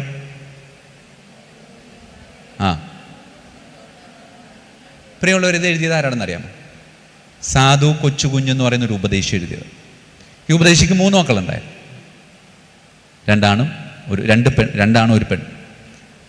ഒരു ദിവസം ഉപദേശി ഈ മറ്റുള്ളവരെയൊക്കെ നന്നാക്കാൻ വേണ്ടി ഇങ്ങനെ ജീവിച്ചുകൊണ്ട് തിരിച്ചു വരുമ്പോൾ വീട്ടിൽ വന്നപ്പോൾ 9 വയസ്സ് പ്രായമുള്ള കൊച്ചിന് പനിയാണ്. ചെറിയ ചെറിയ പച്ചില മരുന്നുകളൊക്കെ കൊടുത്തു. പനി മാറിയില്ല, മറിച്ച് പ്രാണൻ നഷ്ടപ്പെട്ടു പോയി.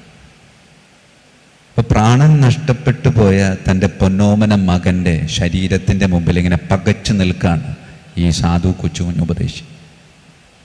അവൻ്റെ പ്രിയപ്പെട്ടവർ വന്ന് ഈ കൊച്ചിനെ എടുത്തുകൊണ്ട് പോയി കുളിപ്പിച്ച് വെള്ള വസ്ത്രമൊക്കെ ധരിപ്പിച്ച് ശവമഞ്ചത്തിലേക്ക് ഇങ്ങനെ കിടത്താൻ കൊണ്ടുവന്നപ്പോൾ ഈ ഉപദേശി പറഞ്ഞു, കിടത്താൻ വരട്ടെ, അവനെ എൻ്റെ കയ്യിലേക്ക് തരാൻ പറഞ്ഞു. അങ്ങനെ 9 മാസം പ്രായമുള്ള കുഞ്ഞിനെ എങ്ങനെ എടുക്കുന്നുവോ അതേപോലെ തൻ്റെ കയ്യിലേക്ക് ഇങ്ങനെ ചേർത്ത് വെച്ചു. എല്ലാ ദിവസവും പ്രാർത്ഥിക്കാറുള്ള ഈശോയുടെ തിരുഹൃദയത്തിൻ്റെ മുമ്പിൽ അവിടെ ചമ്രം പടിഞ്ഞിരുന്ന തൻ്റെ ചേതനയേറ്റ കുഞ്ഞിൻ്റെ ശരീരം ഇങ്ങനെ കയ്യിലെടുത്തുകൊണ്ട് അന്ന് അവൻ പ്രാർത്ഥിച്ച പ്രാർത്ഥനയാണ്, ദുഃഖത്തിൻ്റെ പാനപാത്രം കർത്താവിൻ്റെ കയ്യിൽ തന്നാൽ സന്തോഷത്തോടെ ഞാനതെടുത്ത് ഹല്ലേലൂയ പാടും. ആ സമയത്ത് അവൻ്റെ കയ്യിലിരിക്കുന്നത് തൻ്റെ പൊന്നോമന മകൻ്റെ പ്രജ്ഞയറ്റ മരവിച്ച ശവശരീരം. അതിങ്ങനെ കയ്യിലെടുത്തിട്ട് അവൻ പറയാ, ഞാൻ ഹല്ലേലൂയ പാടാം. കാരണം എന്താ? അവൻ ഉറപ്പായിരുന്നു, എൻ്റെ ജീവിതത്തിൽ ദൈവമറിയാതെ ഒന്നും സംഭവിക്കത്തില്ല. ജീവിതത്തിൽ എന്ത് സംഭവിച്ചാലും അത് ദൈവം അറിഞ്ഞിട്ടാണ് സംഭവിക്കുന്നത്. അതുകൊണ്ട് എല്ലാം ദൈവമഹത്വത്തിന് എന്ന് പറഞ്ഞ് തമ്പുരാന് വിട്ടുകൊടുക്കാൻ സാധിക്കും. അങ്ങനെ വിട്ടുകൊടുത്താൽ, ഞാൻ ആദ്യം പറഞ്ഞതൊക്കെ മറന്നുപോയാലും ഇത് മാത്രം ഓർത്തു വെച്ചാൽ മതി. നിൻ്റെ ജീവിതത്തിൽ ഒന്നും അവനറിയാതെ, ക്രിസ്തു അറിയാതെ സംഭവിക്കുന്നില്ല. അതവൻ്റെ അനുവാദത്തോടു കൂടെയാണ് സംഭവിക്കുന്നത്. അത് അവൻ അനുവദിച്ചിട്ട് നിൻ്റെ ജീവിതത്തിൽ വരുന്നതാണ്. അതുകൊണ്ട് അത് തരണം ചെയ്യാനുള്ള ശക്തിയായി അവൻ നിൻ്റെ കൂടെയുണ്ട് എന്ന തിരിച്ചറിവ് എന്ന് സ്വന്തമാക്കുന്നുവോ അന്ന് നാം ദൈവത്തിൻ്റെ പ്രിയപ്പെട്ടവരായിട്ട് മാറും. എന്നെ ശ്രവിച്ചിരുന്ന നിങ്ങൾക്കും ഏറെ സ്നേഹത്തോടെ നന്ദി അർപ്പിക്കുന്നു. ദൈവം നമ്മളെ സമൃദ്ധമായി അനുഗ്രഹിക്കട്ടെ.